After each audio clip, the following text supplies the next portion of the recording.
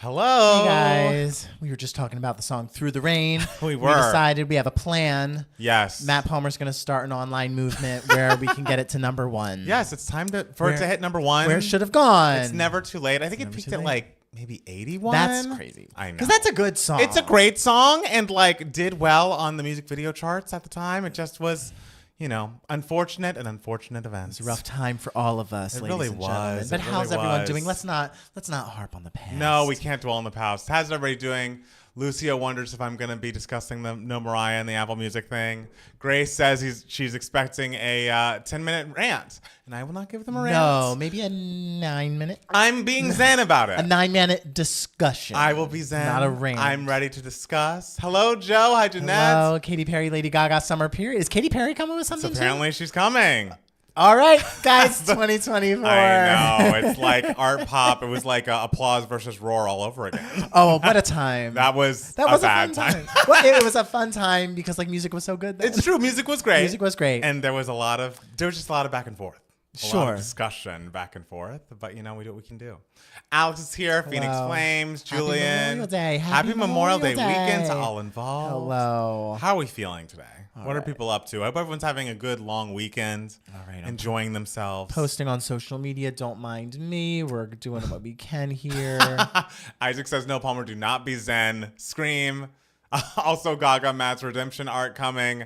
Grace, most of the news I have about Gaga is positive, but I do have something to note that's negative. So no one get mad at me. I mean- because it's something she said. I Not know. something I said. I'm here as a reporter. Just reporting on the news. The thing is, it's negative, but it's so funny. It's just like, girl, read the room. Like, people aren't going to like that. Happy Memorial Day, everyone. Montrez, yes. Late 2000s, early 2010s was a time. Apple Music ranking was definitely something, but they got it right with Miseducation. Yes, great album. And it's nice to see someone at number one that's not like the Beatles or like, sure, yeah. Someone a little bit more current, someone that we lived Well, through. they knew that people, especially Twitter, would be very upset if it was just like the Beatles is number one. It happens a lot. It happens a good bit, though, that they still get that number one But spot. is there like a ubiquitously like decided like this is the best Beatles album? I think the girls like the White Album, maybe? Yeah, I hear about the White Album. White Album. But like, is it called the White? Like, what's that album called? What's called the White Album, I think. It's I think just it's called just like the a White self-titled with a white cover. What I'm songs pretty are on sure. that? Girl, I don't know. I'm asking the people. I've been actively attempting to avoid the Beatles as much as possible. We love everybody, loves everybody. But Yeah, you had a major where you could not avoid the they Beatles. were all over. They It was were like all we were everywhere. talking about. Yeah. It was not okay what Lady Gaga did. I was disgusted. Wait, y'all have to see the new Katy Perry logo. Have you not? Yeah, I've seen it. It kind of looks like the Cars logo, but it says KP instead of Cars. Cute. All right, Cars. Fast and Furious. People theme love Cars. for Katy Perry. We love Yes. Butterfly, Tyler. Butterfly. That's the thing that's the only comment we really need about the Apple Music. The top 100 is just Butterfly. that. Butterfly. Blonde in the top 10, but no Mariah. The industry hates MC. It's clear. But luckily, the industry is not the fans. The people are what matter. The people are what The matter. people are always on Mariah's side. And we really are. We always will be. And that's what happens. yeah, exactly.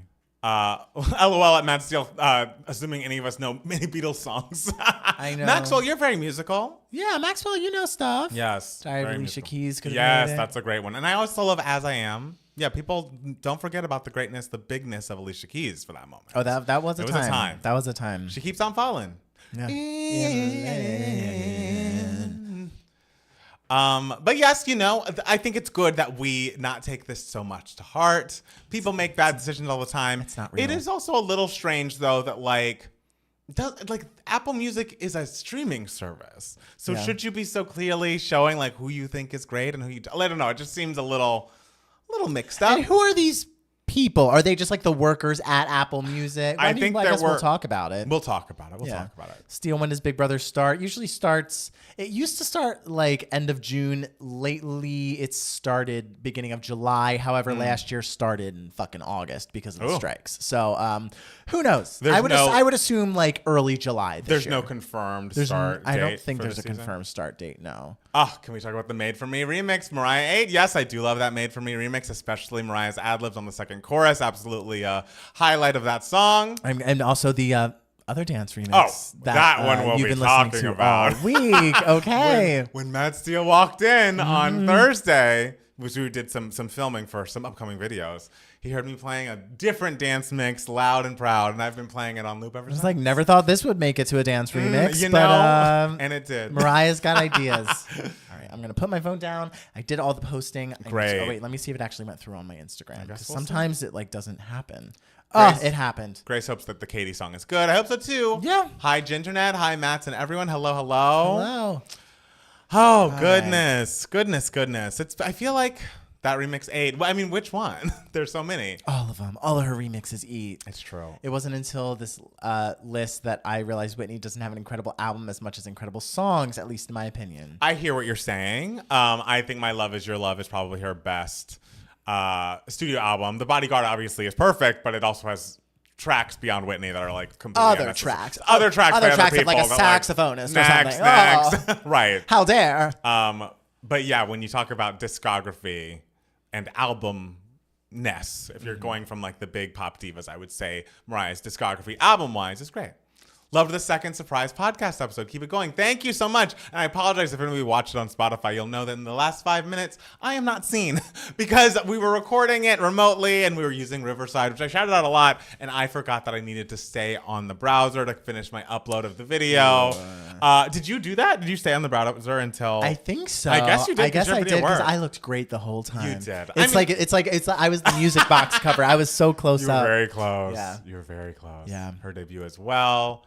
Big ATRL Insider says Katie has the song of the summer contender, and then it's a big way to come back. That's great. I love that. And Katy Perry's like an artist who like is a song of the summer artist. Sure. Like she puts out summer songs. I would say generally we probably like in most years at this point in the year have already heard the song of the summer. Oh, sure. So I'm sure she'll have a song. Well, you know, everyone everyone these days their memory spans are 5 seconds. So the song of the summer like could literally like come out like August 20th. It could be several different songs, but I would say Espresso is one, and I honestly think Not Like Us by Kendrick Lamar is also one. So we'll see how it all goes. Oh, DJ Bob is here. Hello. Hi, DJ Bob. Y'all rank the albums released by the pop girlies this year. Ooh, great question. Ariana, Beyonce, Taylor, Dua, Billie. Beyonce. Yeah. Billie. Yeah. Taylor. Yes. Ariana. Dua. But I would say none of those are bad albums in the slightest. I might swap Taylor for Ariana. I might put Ariana over Taylor, but only because I've cut the Taylor album to a place where I really love it. But I've removed so many songs that I'm like, am I really judging the album at this point? See, like, if it was my version, my version of Torture Poets Department, could maybe dethrone Billie for number 2. However, that is not what the album officially is. Yes. So, Grace says, should Teenage Dream have made the list? I would have had it in my top 100 list. I'm surprised it didn't. I'm surprised too. The top 100. I don't think it's my obviously not my biggest grievance with the list. No, of course we'll get to that. Yes, I do. We are absolutely swapping Taylor into Ari now. Hold on, that's funny. Ari's album is more consistent than Taylor, but that's also because Taylor has about 500 songs on her album. So like it's hard, but like the really, really great ones on Tortured Poets are they're great. But then again, We Can't Be Friends. We Can't Be Friends is probably my favorite song of the year. I mean, it's between We Can't Be Friends and Daughter for me. Ooh, yeah, I know Daughter. You know I love Daughter. And every time I listen to Daughter, I'm just like, yes. I know. Taylor versus Billie, Billboard fight. I mean, the girls are fighting. Yeah. The girls love a chart position. Tortured Poets Department Steele's version. That's literally what my album is called on my Spotify. That's how it's. I hadn't even put Matt's version. I'm just like, this is the album. This is it. Okay. This is the Tortured Poets Department. Yeah. I was surprised Robin made it at 100. That is wild. Why would you like Body Talk at 100, guys? It was 100. So like. This is what I'm saying. That pisses me off. This is what I'm saying. That pisses me off. Thinking about the list, if you think about it too long, you're just going to make But I feel like it could have very easily been forgotten. Yes. So I'm happy that it was at least there. And honestly, like, it was the album that most people reading this article or seeing this list probably saw because, like, it's the first one. It is the first one that comes out. And I guarantee you, like, a bunch of people skipped, like, numbers 89 through 11. Right. And just to see the first one and then the top 10. Right. We Can't Be Friends. Oh, We Can't Be Friends. It's a great song. Absolutely, Montrez is right. Is that Spotify playlist public? I think mine's public. I'll have to double check. Okay, but can we talk about the Gaga snippet? Sounded like a Born This Way, the Fame Monster, like We Are So Back. I mean, I haven't heard it. You haven't heard it? That's okay. That is what ends the HBO Max special. So we'll talk. I mean, wait, is there like a song that's going to be released? No. There's not a song that's going to be released for the special, but there's like it ends with like a tease of that song, and then just like LG7, Gaga is back. Like she's coming, so it's happening. Are you excited for Katy Perry's new album? Yeah, it's great. I hope it's great. Yeah. Surprised Beatles didn't make top 5. Consider critics love them. It's hard to imagine pop music without them, even though they're not as influential on pop music now. I'd say Madonna, Mariah, etc. What was the highest ranking Madonna album? Like a Prayer? I think that's the only one I saw. I feel like I might have seen. Maybe that was the only one. I also am like, I need to re-listen to Like a Prayer because I feel like my memory of that album is like, it's fine. Like, I have my Madonna faves. Sure. I mean, Like a Prayer is a very good album. The highs on Like a Prayer are obviously like iconic. Of course. But in terms of like full albums, I mean, like, not having Ray of Light is weird. It's weird that Ray of, maybe we'll talk about it again. But Ray of Light, Butterfly, and Velvet Rope, not on this list. Rough. There's a blind spot, baby. Yeah. Blind spot.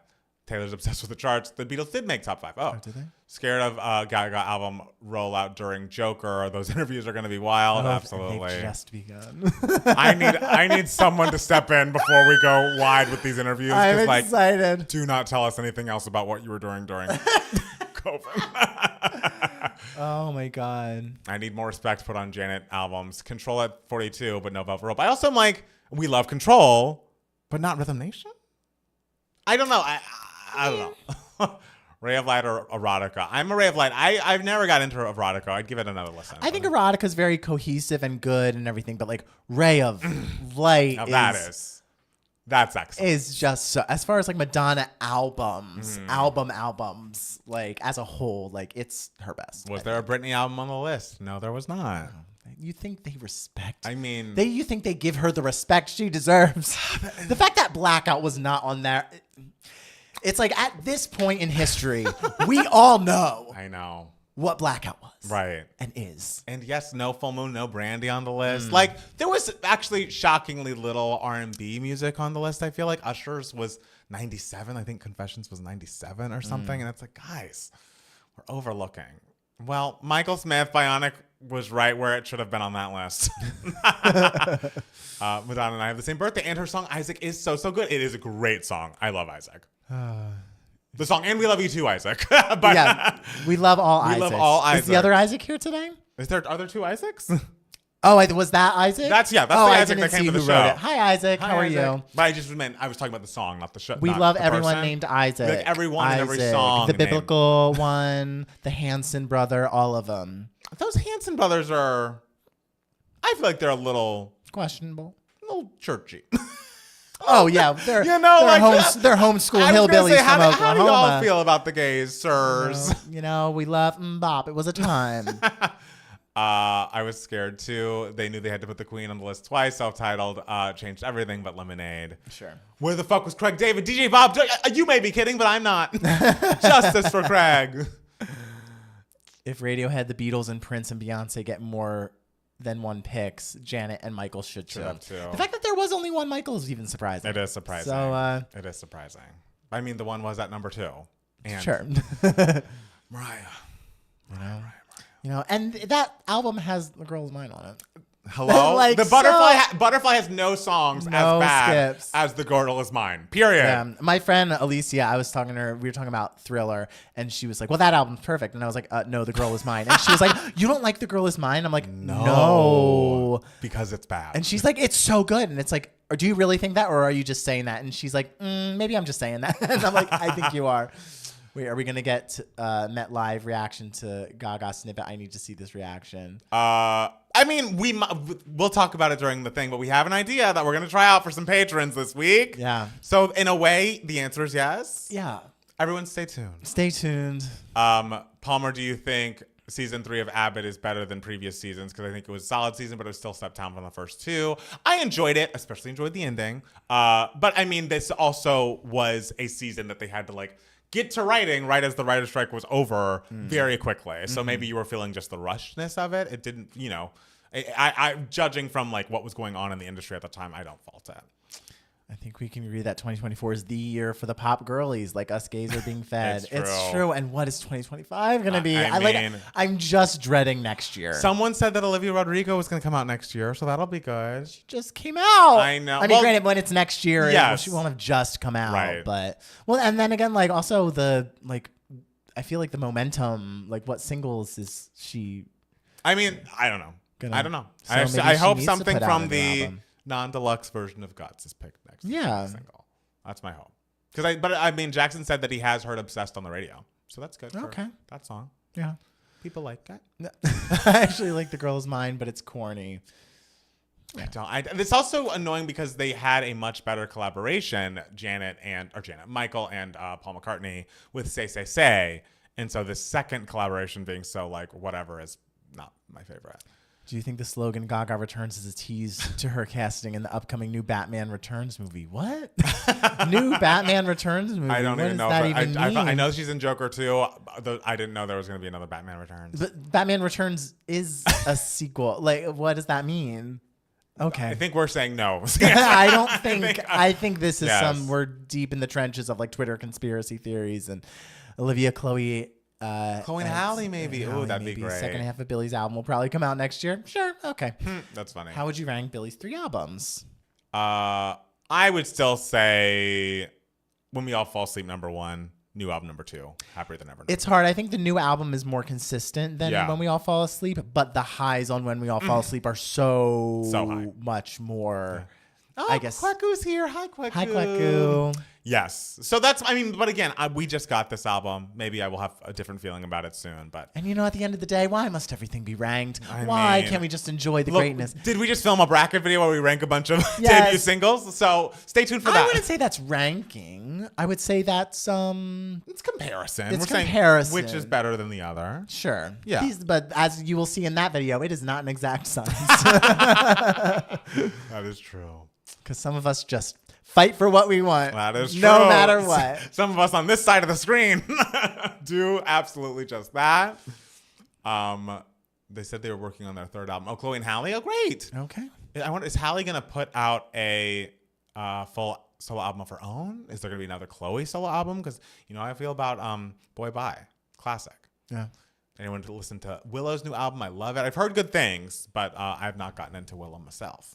But I've heard good things. She's still tossing that hair? I don't think she is whipping the hair anymore. I think she whipping grew up. The hair. Yeah, she was whipping. Britney tosses the hair. Willow whips the hair. Yes, that's so different. It's so different. Yeah. Oh my gosh, guys. Look at us working on a long weekend. Oh, yeah. And we did a lot this week. We did do a lot this week. You're gonna ton this week. You're going to be seeing some stuff. And you got that bonus podcast. That doesn't happen all the time. But that might be something we try to do when there's like a new big album from an artist we love that comes out. It'd be fun to like have a special podcast episode reviewing like either their debut or our favorite of their albums. Yeah. Just because, we love going back in time. I know. And if Katy Perry is releasing, like going back and like reviewing like Teenage Dream. Oh, that would be great. Or Witness. I think it'd be fun to watch us review Witness. Someone will need to pay me to listen to that album again. Hey, y'all, have we discussed why the Mats have yet to react to Mariah's Made For Me remix? We were planning to. We tried to. When we were told it was coming out on Tuesday, Matt Steele was over here Monday night because we were filming something. We were filming the Billy reaction. And we recorded something else. Oh, we recorded an ad. Oh, we recorded an ad. And let me tell you, Monday, I was fucking tired. And I still waited here for that remix to come out. And then it didn't come out. And I was like, and it came out Tuesday at like 6:30 or whenever Money Long went on The Voice. And it was like, you know what? Matt Steele was just here. I'm not going all the way across town. We love the remix. That's why. So if you have any problems, any questions, blame Mariah and Money Long because it was not us. Blame the people. Blame the people that aren't us. Don't blame us. And also, we'll discuss it. Mariah released a better remix last week anyways. So. Well, I mean, we just Is it 16 minutes long? Maybe. Does she talk over it as if she's like, what we used to do? It's just, it doesn't have to be in the same vibe, the same thing. We used to just, it was very free. And I was like, oh, this is on the album version of the song. Oh, I thought it was just when I was listening to you talk about it on Audible or whatever. But no, that's on the Spotify. If I'm getting 16 minutes, I won't complain. Sure. Who else do you think is going to be dropping an album in 2024? I mean, maybe I'm delusional, but I do believe Mariah's coming. Haven't there been enough? Like, haven't there been enough? There have been enough. I mean, but yes, we're getting Normani. I'm hoping for Mariah. Taylor, or no, probably Taylor again. Katie Gaga. Katie Gaga. Taylor, I'm sure will release Taylor, like Taylor's version of really, something. Yeah. But yeah, that's enough. We'd like a little break. There are what? We just named 6 people, and there are 6 months left out of the year. So we are good. I love the portrait remixes too. Yes. So Long London versus How Did It End? Is How Did It End the anthology track? Yeah. Neither. But So Long London. So Long London's good. It didn't make my list. It's in my bonus tracks as far as my list goes. I like So Long London. I like parts of How Did It End? I do. Okay. And it was it was considered to make a bonus track on my Matt Steele's version. Right. But between the two, So Long London. Yes. So ready for Cupcake's album. Mariah should wait till 2025. There'll be a drop of music. It'll be perfect. I mean, we've waited 2018 was so long ago. But see, here's the thing. Mariah's going to release something in 2025, and then that same day, Taylor's going to release 3 new versions of Torture Poets Department with fucking 4 different like voice notes for How Did It End. And then she'll get the number 1. Solange album in 2025, please. Oh, is it going to be like Joanne, the new Gaga album? It doesn't sound like it. Doesn't sound like it. I was looking at those pictures from the Perfect Illusion like music video and everything when she's swinging that microphone, and I was kind of just like, this was a little bit of a sleigh. I mean, the swinging of the mic absolutely is like a visual. It was just like kind of like weird at the time because it's like, where's the weird outfit? Where's the weird costume? Like, why does this look so normal in comparison? But it still was, looking at it, like pretty theatrical, just a little more, I don't know, music festival-y, like in the audience. I don't know what I'm saying. Like, it was an interesting look. Absolutely. I was more into that than like the Joanne hat was when I was like, oh girl, you look like Rachel Platten. Like, what is this? This is like soft adult contemporary looking. So, I'm waiting for Normani to do something interesting visually. I feel like she always leans into raunchy, and it's like, how many times are we going to see this? I think she looks great. I think if it's, what Beyonce say and check on it? If you got it, flaunt it. Boy, I know you want it. And so I appreciate that Normani looks amazing. And I assume she'll just be doing more choreo at some point soon. Yeah. Because that's what I want to see. All I've wanted for Gaga is to go weird again, and it looks like it's happening. I believe it is. We'll talk about it. Well, Normani's teaser looked pretty good. I just need this era to be incredible. Like, it can't just be good. I don't know. Yes, we're needing songs that are up tempo that she can dance to, that she can really perform for. And I think they're coming, because the second half of that teaser, it seemed like there was like the clip of Candy Paint, I think, is the song title, and it sounded great, and it sounded up. So I'm ready. We don't have a track list yet for this Normani album, right? I don't know that we do. Okay. Let's make one right now. Wait, is there anywhere I can watch the Chromatica Ball in concert film without HBO? I think it's a Max exclusive. Normani's albums kept dropping on my birthday. I'm screaming, yeah. Ooh, but happy Flag Day. Thoughts on Gaga admitting to performing 5 shows with COVID? We'll talk about it.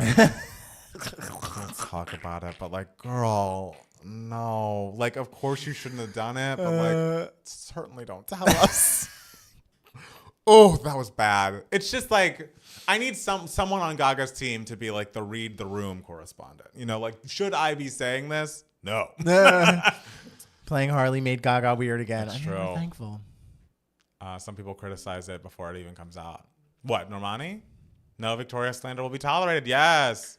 Are y'all seeing Janet on tour? I'm not seeing her this time, but I've seen her on tour several times. I saw her for Velvet Rope, I think. I definitely saw her All For You.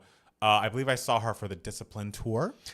Imagining you as a little boy at that Velvet Rope tour with your mom, and I'm sitting there, and you're just sitting there like excitedly waiting. Of course, she was my girl. I might have only seen the All For You tour. I might be misremembering that. Like tour, just thinking about like little gay boys and their moms taking them to see Janet Jackson in concert just warms my heart so much. It's just so adorable. Yes, Control or SOS for me. Control has more replay value. I'm more of a Control person myself. I think SOS is a little Tortured Poets-esque only in that it's too long. But they're great songs. When do you think LG7 will come out, this year or next? I would assume this year if she's already teasing it and giving a clip out from the album. I assume it's this year. Sure. Do you think it would like be around when Joker comes out? I guess. When does October? Yes. I imagine it will be out. Okay. So that people can go. That would be a lot like promoting an album and a movie at the same time, but I guess maybe if that, maybe see if she that wants. works. Remember, there was a moment where J-Lo had #1 single album and movie in the country. Maybe Gaga wants that. All right. For herself. The Empire. Matt Steele. No one asked for it, but 18s and Dream Street are releasing music. What? Don't make me react to 18s. What? Dream Street's releasing music with Jesse McCartney? 18s is releasing music. Where? I just don't want Roar versus Applause 2.0. Can we please just support both of these talented pop queens? Red, I don't think you need to worry about it. Because again, this is no shade. It's like people are going to care more about Billie versus Taylor in 2024 than they would versus Katy versus Gaga. Oh, sure. Just because that time has gone on.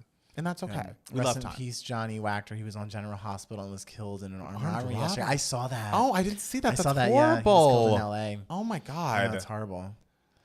Grammys 2025 is going to be hell. We got to stay strong, guys. We know. And I'm like, do I really want to film myself getting upset about Beyonce losing Album of the Year again? But it's always like maybe and the answer is yes, we will. We will. It will be a video. Every time I'm like, maybe she'll win. And that's the problem. If I walked in, like the Apple Music list, if I walk in knowing this is going to be garbage, then maybe I won't be upset. I think it's good this year that both Billie and Taylor released and will probably be nominated. Yes. Because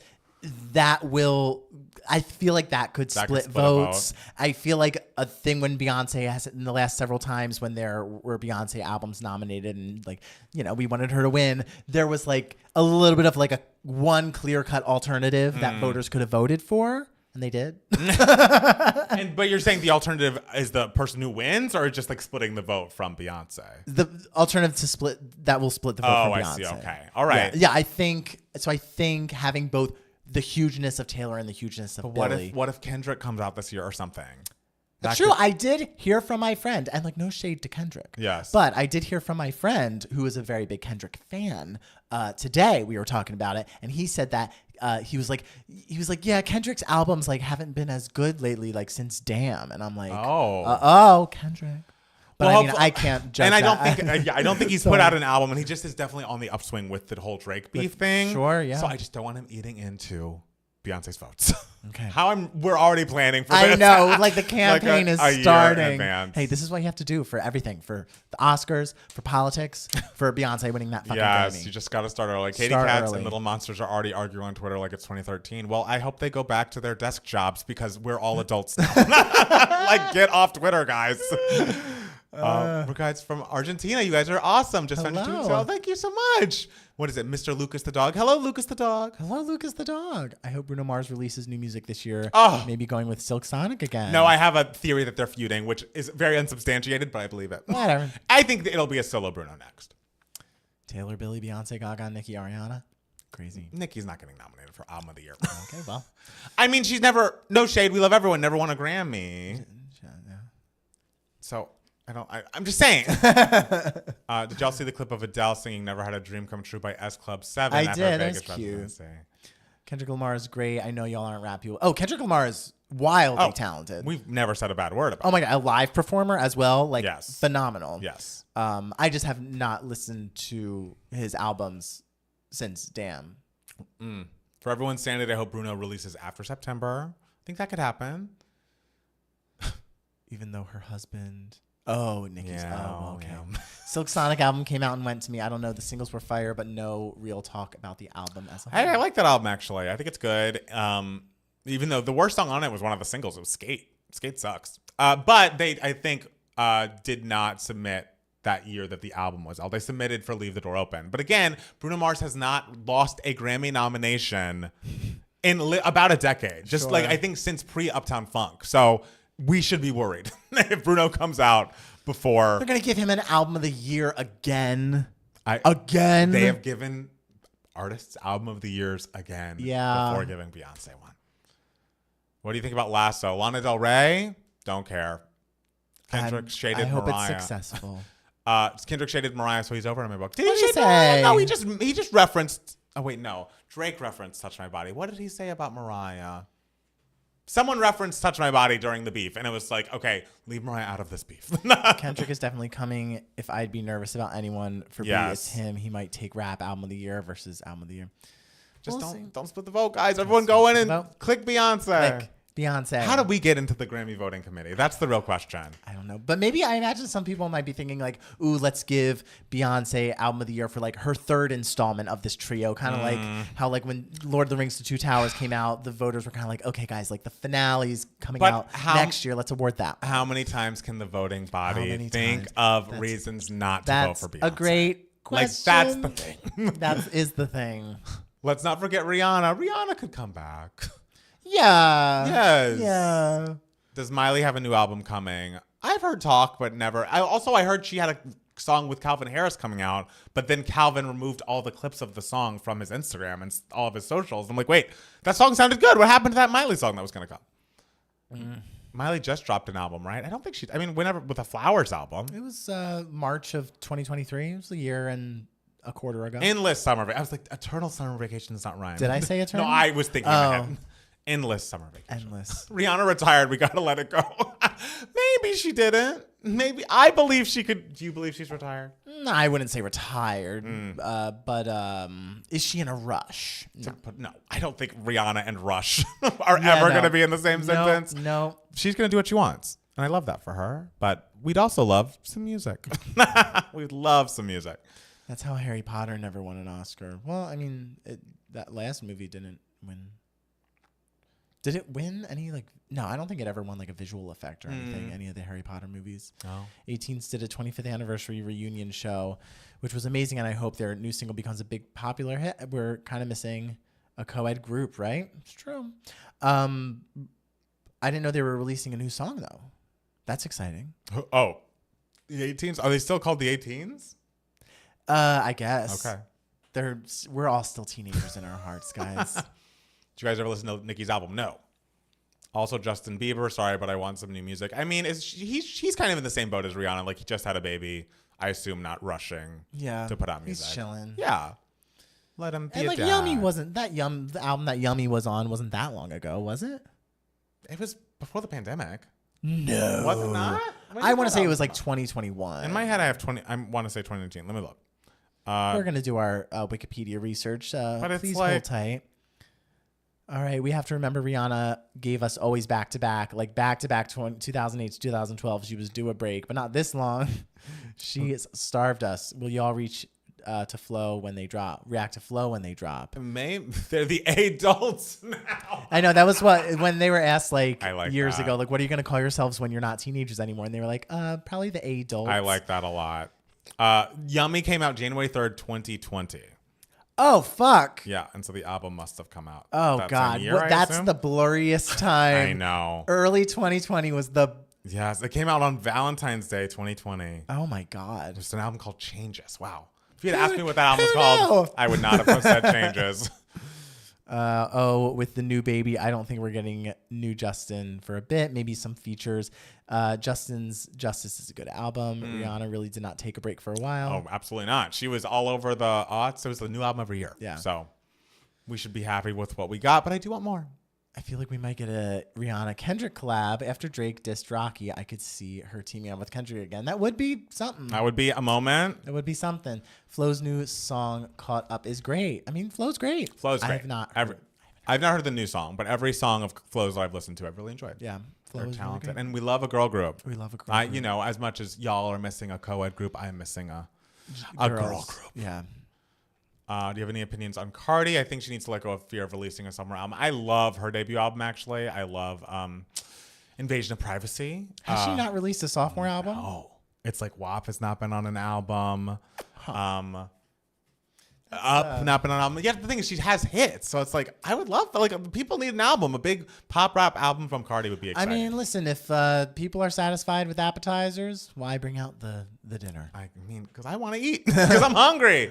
Was Portrait of a Portrait Part a series? I know Mariah mentioned that we'd be getting more Butterfly Lounge content. I think we will. I don't think it'll be in the Audible world. I think this was just a preview of what's coming with the Butterfly Lounge stuff. But yeah, I don't think it's a part of a series. I think Music and Lyrics is a series, and she's just one of the artists, and that was her addition. Y'all remember when Beyonce did music videos? Yes.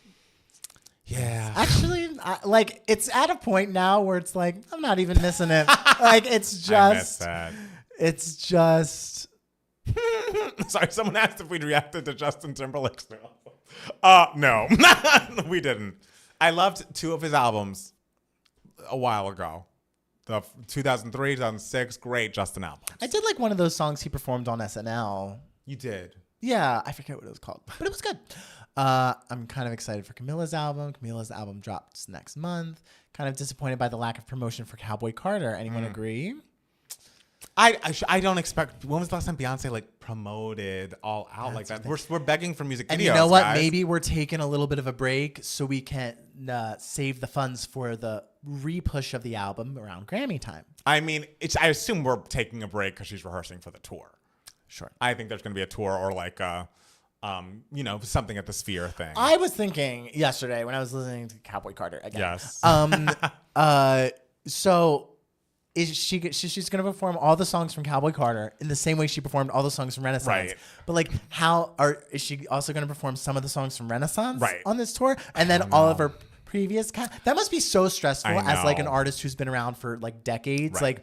Like you keep acquiring new music. Yes. And so it's which ones fall by the wayside when you retour. It's literally everything is up for debate except for Crazy in Love. Yeah, we're gonna be not doing Drunken Love at some, which she also did in Renaissance. I know. She did perform Drunken Love sometimes. She did at my show, but some of y'all did. Congratulations. Thank you. But it's kind of which ones is she gonna drop from Renaissance? I know.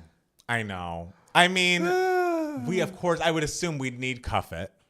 I assume we'd get Break My Soul. A tiny snippet of Alien Superstar, maybe as a transition. Yeah. And I feel like that might be it for Renaissance. Oh, God. That sucks for y'all who didn't see the show. But maybe once she does finally release the concert film on streaming, which I assume will come at some point. I think it's going to be on Disney Plus, right? It's not been announced. Oh, I thought it was announced. No. Well, never mind. I haven't heard Kendrick backtracked like how Miley has, though. That's funny. And it's completely different genres. Is she going to switch some of her old songs to sound more country? That's what I was wondering, too. Cowboy Carter and Renaissance are so very different. I think or at least there was a Reba McEntire cover of Irreplaceable that was country-ish. Oh, that's you could hot. make that a country song. Fuck yeah. It's going to be a long-ass tour. I've got to go see Beyonce on tour if she tours for Cowboy Carter. When she tried to cut Diva and the boss, Miss Ivy said, yeah, no. Sorry, Ivy. Blue Ivy. She is cutting Diva for this next tour. I know people love Diva, and the live version is great, but she cannot get rid of Vegas, snip. Virgo's Groove or I Will Cry. Oh, Virgo's Groove is great. I think we're getting it just as a transition, babe. When she's doing a costume change. Right. Speaking of Billie saying she couldn't do 3-hour tours and getting criticism from Swifties. That's the thing is I'm not as plugged into Billie's promo tour for this album, so I'm not sure if these things are getting taken out of context, if people are baiting her, asking her these questions, or if there's a real feud between her and Taylor. But it's also if Billie doesn't say Taylor's name, she's allowed to say this thing that some artists do. I don't love it, and she shouldn't be getting negative feedback. And just because she doesn't love it doesn't mean she's as telling other people not to do it. Right. Did you all see she almost scrapped the Renaissance? I did see that because it got leaked that it was coming. I could see her making Get Me Bodied a line dance style. Oh, that'd be amazing. I would love a Yaya / Get Me Bodied. Oh my, I know. Daddy Lessons and Daughter Mess. Oh, Daddy Lessons will be in that tour. It's gotta be. It wasn't in Renaissance. I know, but horrifying. If it's not on the tour, what are we doing? When she teased us with Sweet Dreams and then proceeded not to perform it Sick and Twisted. Unpopular opinion, it should not have been mixed with Alien Superstar at all. Alien Superstar is such a fucking moment. I don't need to hear it mixed with anything. Yeah, at all. Alien Superstar is so fucking And a lot of the mixing of the songs worked. I think every other one worked. But that one I was I don't care to hear Sweet Dreams now. And I love Sweet Dreams. Sure. But I want us to focus. Taylor's still at #1 on Billboard 200 album for the 5th week. Pisses me off. Billie deserves that spot. Keep streaming. Keep streaming, Billie. Yes. She has every right to say what she feels. She didn't directly mention Taylor. People just look at it that way. Right. I hope she continues to not mention Taylor. That is my hope. I couldn't see her. She's very savvy. Absolutely. Billie Eilish is so wildly savvy for basically a child artist in 2024. Yes, she's she a young gal. Very smart in how she says things and in everything she does. She's so just such an impressive human being. Right. Is Nicki still in international jail or whatever? No, I think she got out. Billie or Taylor for the albums this year or in general? Well, in general, they have Billie only has 3 albums. Yeah, they're both great songwriters and artists. It's completely different. Completely different. Latest album, I think I prefer Billie's, but both are good. Yeah. I can see Yaya and Sugar Mama mixed as well. I literally love both Billy and Taylor, but Billy had the better album. I'm a fan of music, so I'm happy. I'm not a chart girl. Y'all have fun, but I can't be bothered. That's the way to be. And then, because the thing is, I can't break out of it as someone who grew up with Mariah Carey and being like, we need the 13th #1. Like, I can't, unlearn that. But I feel like it must be much more a peaceful life if you don't care about a chart. Sure, of course.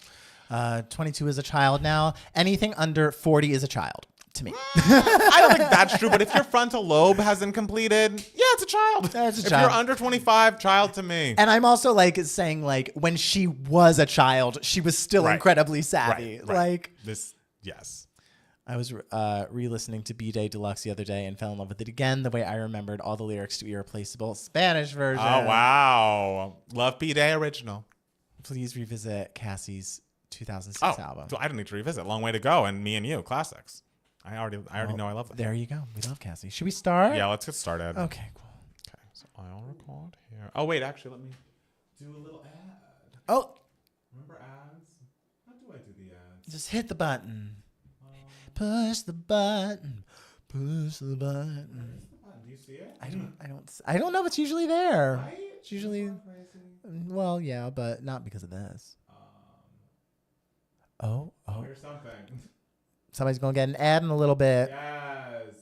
Yes.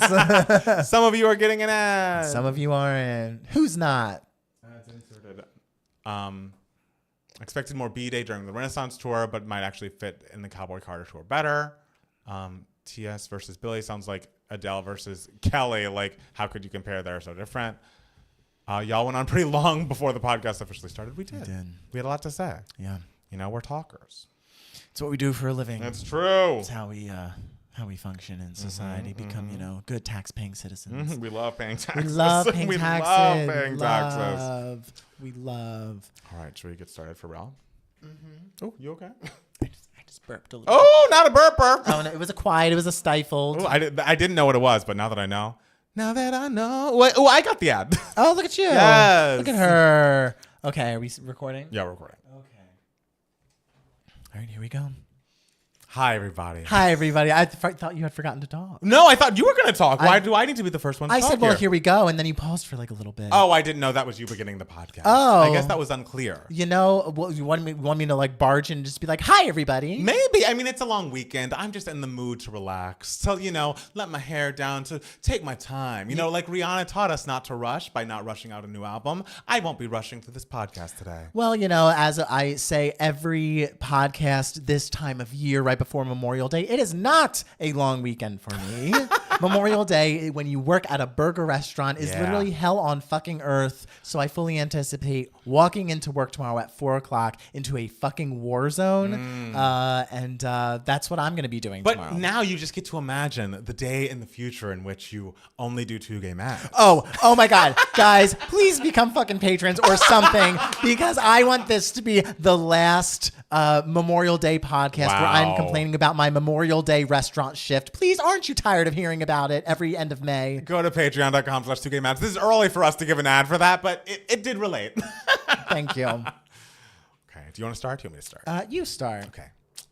Hi, everybody, and welcome back to 2 Gay Match, the podcast. It's Matt Palmer. And it's Matt Steele. And guys, we're back again another week. And Matt Steele, how was your week? It was good. I was here every fucking day. Literally, we were first, Sunday, we recorded the podcast. Yes. Monday, we recorded a Billy reaction. Yes. Then I was here another day, wasn't I? Wednesday, Thursday? Well, you might have been here Thursday because we recorded some videos for next week. We did another bracket video. And we did a patron requested video, which you can watch on our Patreon.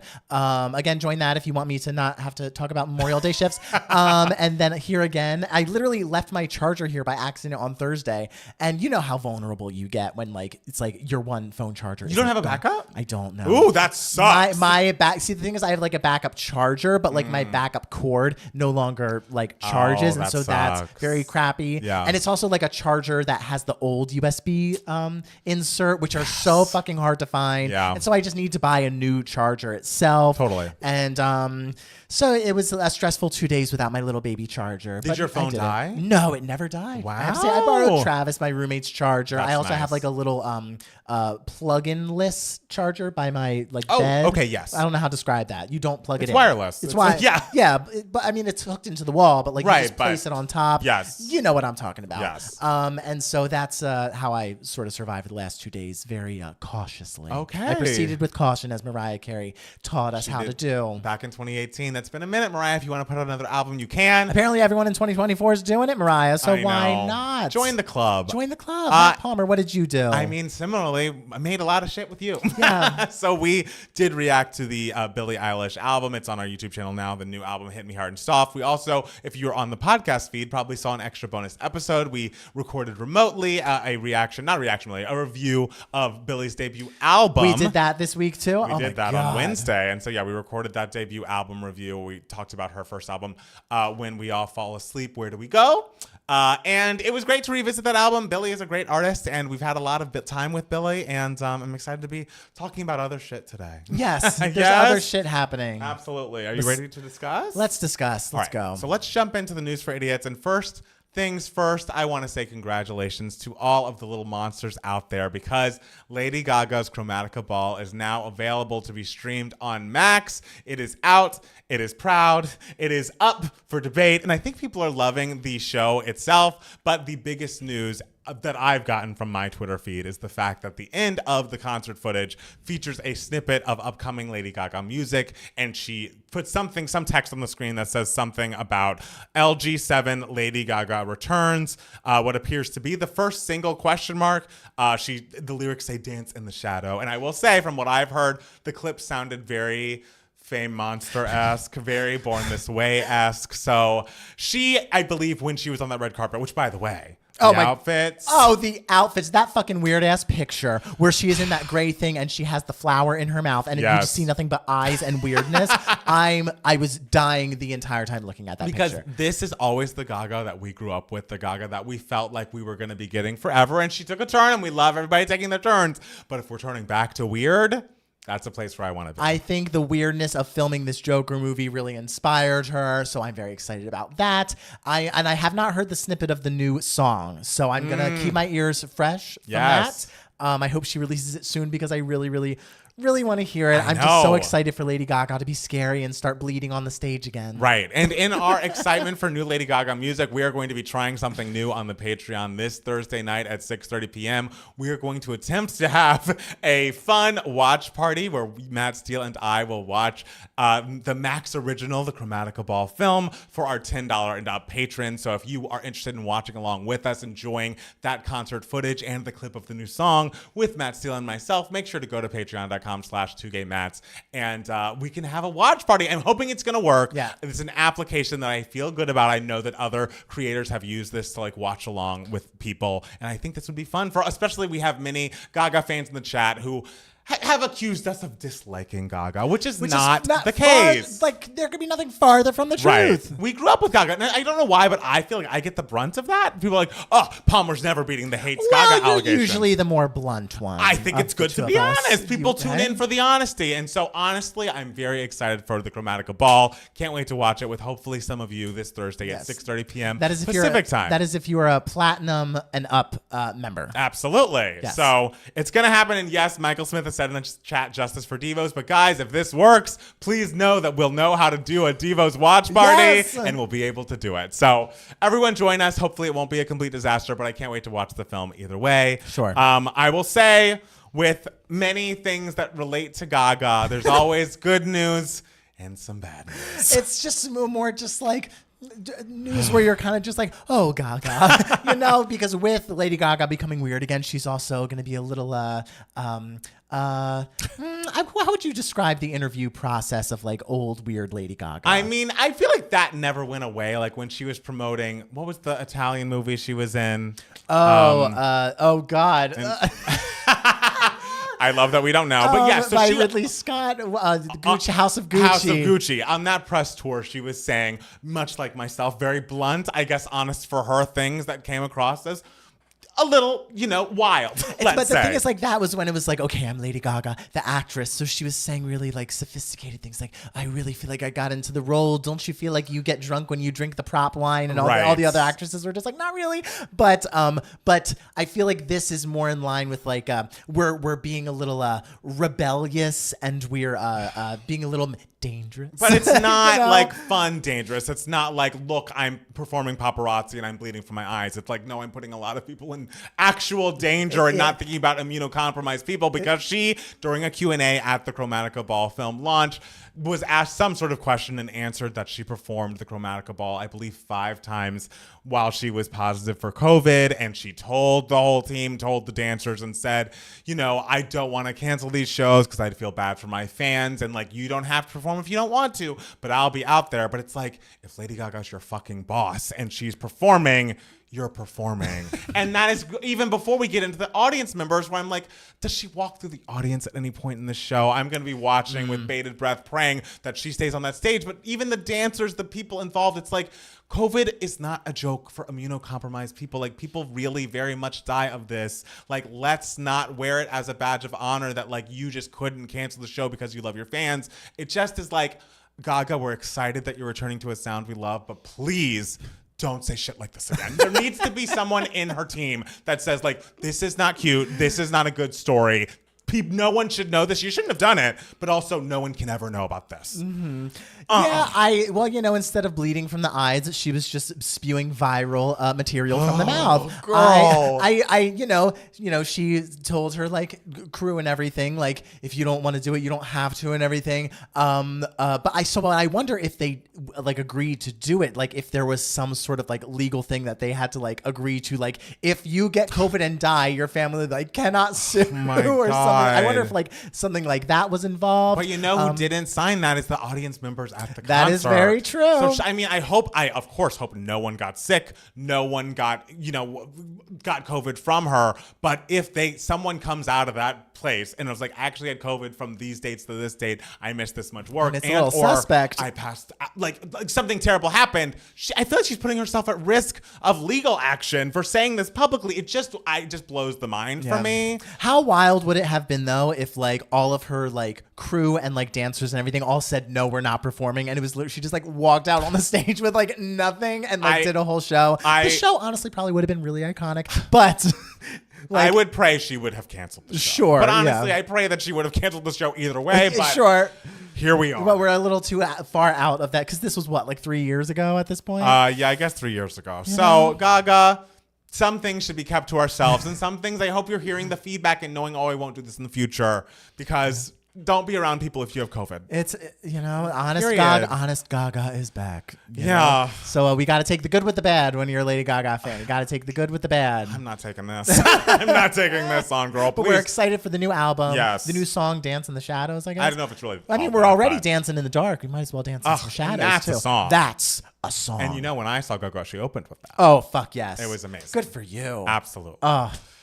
Okay, so speaking of artists in precarious situations.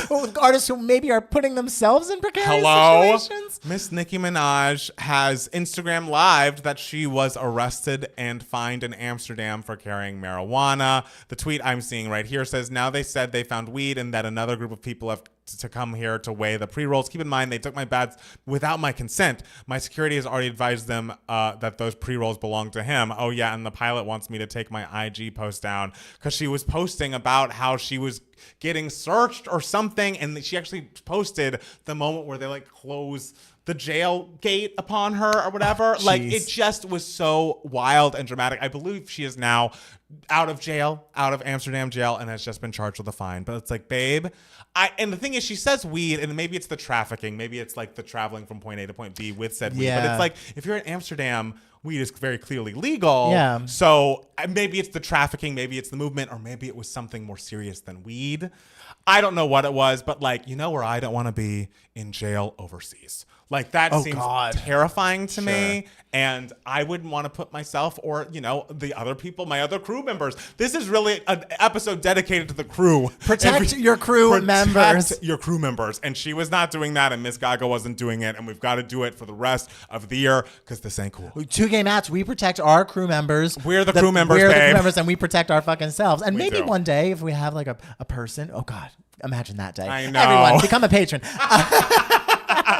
I love the idea of like having an employee is just so exciting it's for us. It's so exciting. But when we have him or her, we will protect them with all of our hearts and mights. I mean, the most of what I would want that person to do is edit our TikToks, and they wouldn't even need to be here for that. Oh God, I could have COVID. Them. We could record this remotely. They could edit the TikTok of it. Everyone's safe and sound. Podcasting is literally the only safe art form out there, guys. It's we're calling it an art form. But yes, I do believe she is now out of jail. Okay, and we're hopefully free. She's free as a bird and has learned She's the like Jean lesson. Valjean. She's finally broken free, but there's probably a Javert looking for her. Maybe, but Jean Valjean just stole some bread. Okay, well, I mean, she just had some weed, apparently. Supposedly. Allegedly. Also, Valjean, did he do more than steal a loaf of bread? I mean, is there more to the story? We need to have a deep dive into Jean Valjean, a true crime documentary about what did he really do. I would fucking love a Les Mis with Nicki Minaj as Jean Valjean. No, we already had Russell Crowe as Javert, so I don't hurt the Les Mis people with more bad casting vocally. Okay, right? Well. Give them the good people. So Matt Steele, yes. This is an option for you, a story for you. Apparently can happen. Cannes Film Festival happened in France. In France, there were a lot of awards given out for people. I saw that Selena Gomez won something. Yes, she won the Female Acting Award with two other actresses, Carla Sofia Gascon and Zoe Saldana. Another actress, Adriana Paz, for the movie Amelia Perez. They all won like a group act. They give like one actress award and one actor award, and this time it was like given to like a group of actresses in this one movie called Amelia Perez. Wow. Best actor was Jesse Plemons for Kinds of Kindness. And I'm so now also like Selena Gomez is has like one of the most prestigious acting awards you could possibly win, which is so fucking awesome. I love it. I know. But Sean Baker's film Anora won the Palme d'Or, which is like essentially the Best Picture honor. Okay. So which I believe is the first American Palme d'Or winner since like 2011, which was Melancholia. But I fucking love Sean Baker. Is he Florida Project? He's Florida Project. Okay. He is Tangerine. He's Red Rocket, which I thought was really great in 2021. That Florida Project was my favorite movie of 2017. And so I'm so thrilled that his new film, Anora, won the Palme d'Or, because Palme d'Or, like when you win that, like you have a nice chance of like getting nominated for like Best Picture at the Oscars. Right. And also is distributed by Neon. And so this is the fifth movie to win the Palme d'Or in a row that is distributed by Neon. So Neon really fucking kills it when it comes to the Cannes Palme d'Or winners. Wow, A24 found dead. I know, right? But yeah, I'm so thrilled for Sean Baker. And it's so funny because people online were talking. Sean Baker's like, on Twitter and like, is relatively online. And so people were just like, is this the first like relatively online director like winning the Palme d'Or like ever?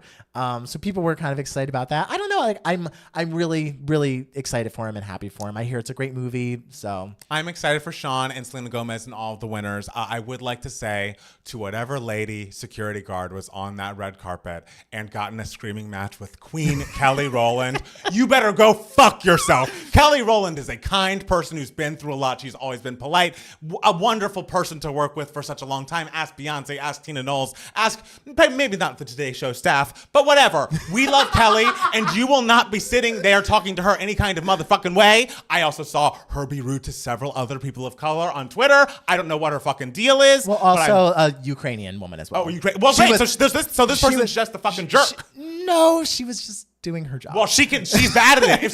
If multiple people are yelling at you you're the security guard and you are on the steps, people are yelling at you, holding back tears in their interviews, you're bad at your job and should be fired. So you can do your job from home, babe. I don't like you.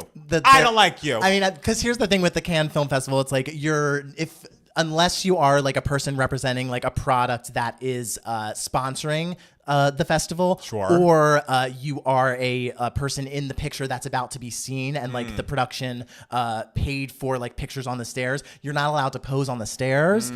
So like pictures on the stairs are not allowed unless like they're paid for. And so I guess it was her job to like do like whenever like a woman was like walking up the stairs to block any sort of picture and be like, you need to move along, you need to move along, you need to move along.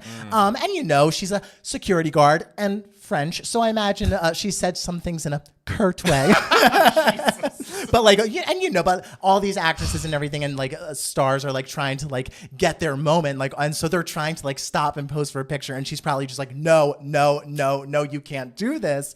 Oh my God, the video for like her with the Ukrainian girl though, this Ukrainian girl is like running out of the building and trying to run back down to the stairs, and the security guard is literally like yanking her and like essentially wrestling with this girl, like trying to get her off of the stairs, because this girl like has balls and is just running down those stairs trying to get that picture. Sure. And I get that everyone's got to do their job. This hasn't happened in prior years. I have not seen shit like this in the Cannes Film Festival where there's like such an aggressive anti this one person being pretty mean in these and then Kelly Rowland, like America's fucking sweetheart, someone who has been overlooked for so long, finally trying to have a moment, and this lady's gonna get in the way, put her arms up, put her hands on her. Absolutely not. Listen, there's things Kelly Rowland does not like. It is small dressing rooms. Yes. And being rushed up a flight of stairs. Well, I hope that girl rushes to a different job because she's not good at that. So goodbye to you. Listen, but the thing is, like, that guard is aggressive and assertive and willing to jump in front of anything. So I want her protecting the president. Great. Like, because she is willing to jump in front of a bullet, look, I am sure. That's a great other job for her. Anything but this. She's tough. Anything She's but a tough this. Cookie. And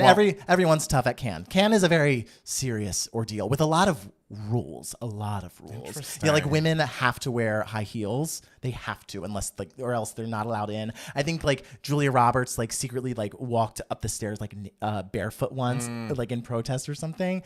And so like that was a big deal. And like Cannes they have a lot of weird rules, but it's Europe. They have a lot of really, really old rules.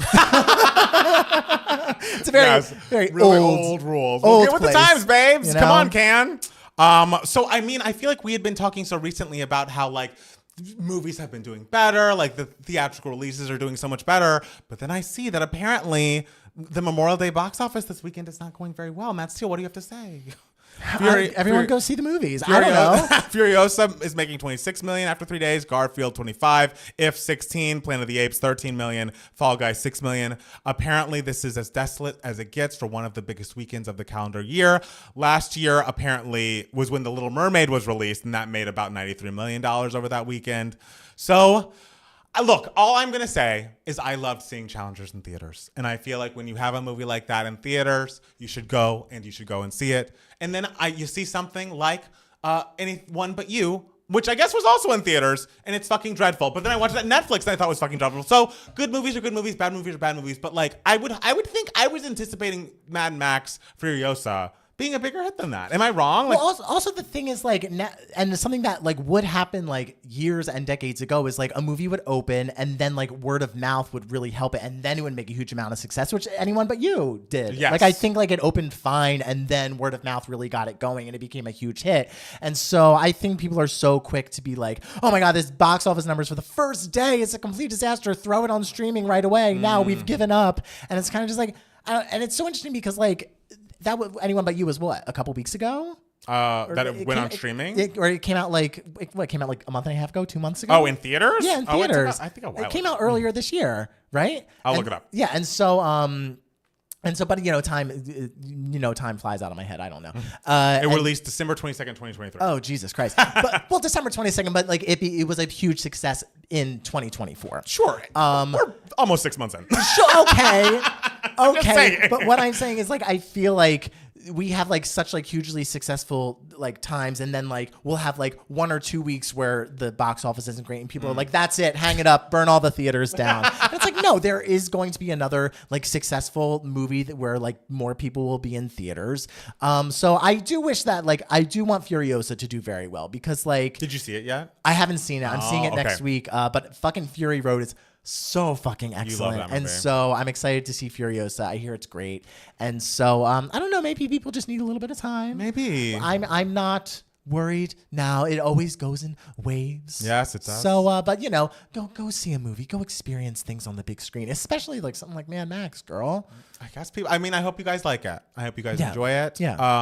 A movie that I will be seeing absolutely has been announced by Netflix that Benoit Blanc is returning in 2025. The new Knives Out movie is coming next year, and the title is Wake Up, Dead Man. And I love the font because it's very There Will Be Blood. Oh, so I wonder if we're doing like a There Will Be Blood era or like aesthetic with this, which I think could be very fun. I'm also excited for like the White Lotus-esque releases of like a million actors being in this film, because that's how all their films are like set up. But I just can't wait to see like the crazy list of people that comes out every other week of like, now these 9 additional actors have been added to the new Knives Out. I know. And it was so funny like watching Glass Onion, and it's just like, Angela Lansbury and Stephen Sondheim's cameos. It was just like they're just like in a Zoom window, right, exactly. Just like playing. What were they playing? Online Scrabble or something with Daniel Craig's character. Like just a bunch of great cameos. Like the Knives Out movies are just so fun. They're fun. Like they're just so juicy in terms of like story and wit, and just like because sometimes when movies have a lot of cameos in them, it sort of feels like, okay, right. Like we get it. There's a big budget, and it's like everyone wants to see all these people, and it kind of just feels like these cameos are kind of just thrown in there just to be cameos. But something about the way the cameos in Knives Out and the way Rian Johnson uses them, it's like you can tell Rian Johnson like really reveres these people. Totally. Like there's some love put into these cameos in the Knives Out series, which I think and a lot of them aren't cameos. Like I feel like even like the main cast is just a larger, are just packed with so many great names and so many like hugely talented people. And speaking of hugely talented people, yes, I see a Vanderpump Rules thing on his phone right now that he's about to talk about. So I'm excited to hear what talents lie here. Well, Ariana Madix of Chicago fame, who's going to come back, had some of the biggest, box office numbers for Chicago in a long time. I'm sure she's great in Chicago. I'm sure she's great. She and Katie Maloney have finally opened their long-awaited sandwich shop, Something About Her. It opened last week. Apparently, people waited 3 hours in West Hollywood to come to the opening of this sandwich shop. It has Loverboy cocktails, which is the cocktail like spritz line of Kyle Cook of Summer House fame. They have wine. They have obviously lots of sandwiches, and it was designed, I think I mentioned, by by designer John Huttman, who has worked on several Nancy Meyers films, including The Holiday, Something's Gotta Give, and It's Complicated. So I just can't wait to go. Once the buzz has died down a little bit, I'm interested to go in and pay more than I should for a sandwich and support these women who are the only 2 people making fucking sense on that show. And I will never get over the fact that Andy Cohen said that Lala was the voice of reason this season, because I watched all the episodes and we're 2/3 through the reunion, and she looks like a fool and has looked like a fool. So like literally everything she says is like, whenever you say that you don't want to film with Tom Sandoval, that basically means you're taking food out of my child's mouth. It's like, huh? Like they're so clearly producer plants, she and Sheena, and so clearly someone said, if you guys don't get them to film together, this show's gonna get canceled. And it's like, hey, morons, this show's not getting canceled because it's the best ratings Bravo has seen in years. You're gonna be fine. Some of you will be fired, but like, oh well, get another job. You've been on the show for a decade. You should have had like more successful ventures outside of the show. Like when Stassi got fired, she was able to keep afloat because she had her podcast. Hello, start a lipstick line. Let's go. I mean, that's what Rihanna does. She doesn't feel like making music. She's got lipsticks up the wazoo. She's got lipsticks and babies. Hey, and what's the sandwich shop like theme? Is it like a specific type of sandwich, or is it just like sandwich in general? Like, is it like a Vietnamese sandwich? It is not. Or is it like a sandwiches from around the world? It is not. Okay. It's kind of like supposed to feel cuddly, homey, sophisticated, but I think American. I don't think we're breaking the American mold. Sandwich. And yes, and maybe as time goes on, Ariana and Katie will expand the menu. Ooh. But I am excited about this. I also am a little perturbed at Miss Lisa Vanderpump herself, because it's like, you go to the opening of an envelope. You went to the opening of Schwartz and Sandy's. You went to obviously the openings of Tom Tom. Why did you not go to the opening for fucking Something About Her? The only 2 women who have opened their own restaurant on the show, you couldn't be bothered to go? Like, I don't know. I like Lisa a lot, but I have criticism of like, she's always more forgiving and kind to the men on the show than she is the women. And I would love to see her show up for Katie and Ariana the way that she's shown up for Tom and Tom, 2 garbage people for so fucking long. It just would be lovely to see. And I was just a little disappointed. All right. I had to express my disappointment. You had notes for Lisa. I had notes, but what can you do?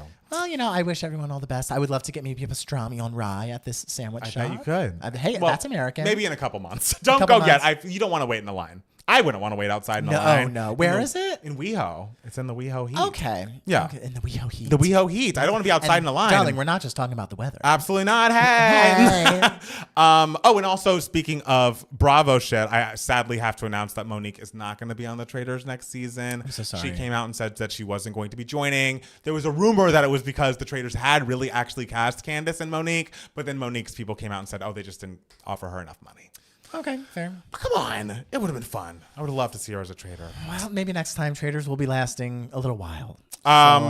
Yeah, speaking of, I don't know, people on the internet, Eugene has announced that he is going to be departing from the Try Guys. This is the handsome man from the, well, they're all handsome in their own ways, but like the most handsome man in the Try Guys.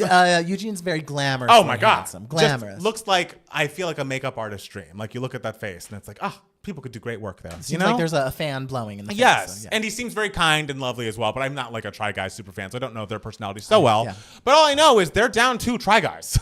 They're down 2, and they have 2 remaining.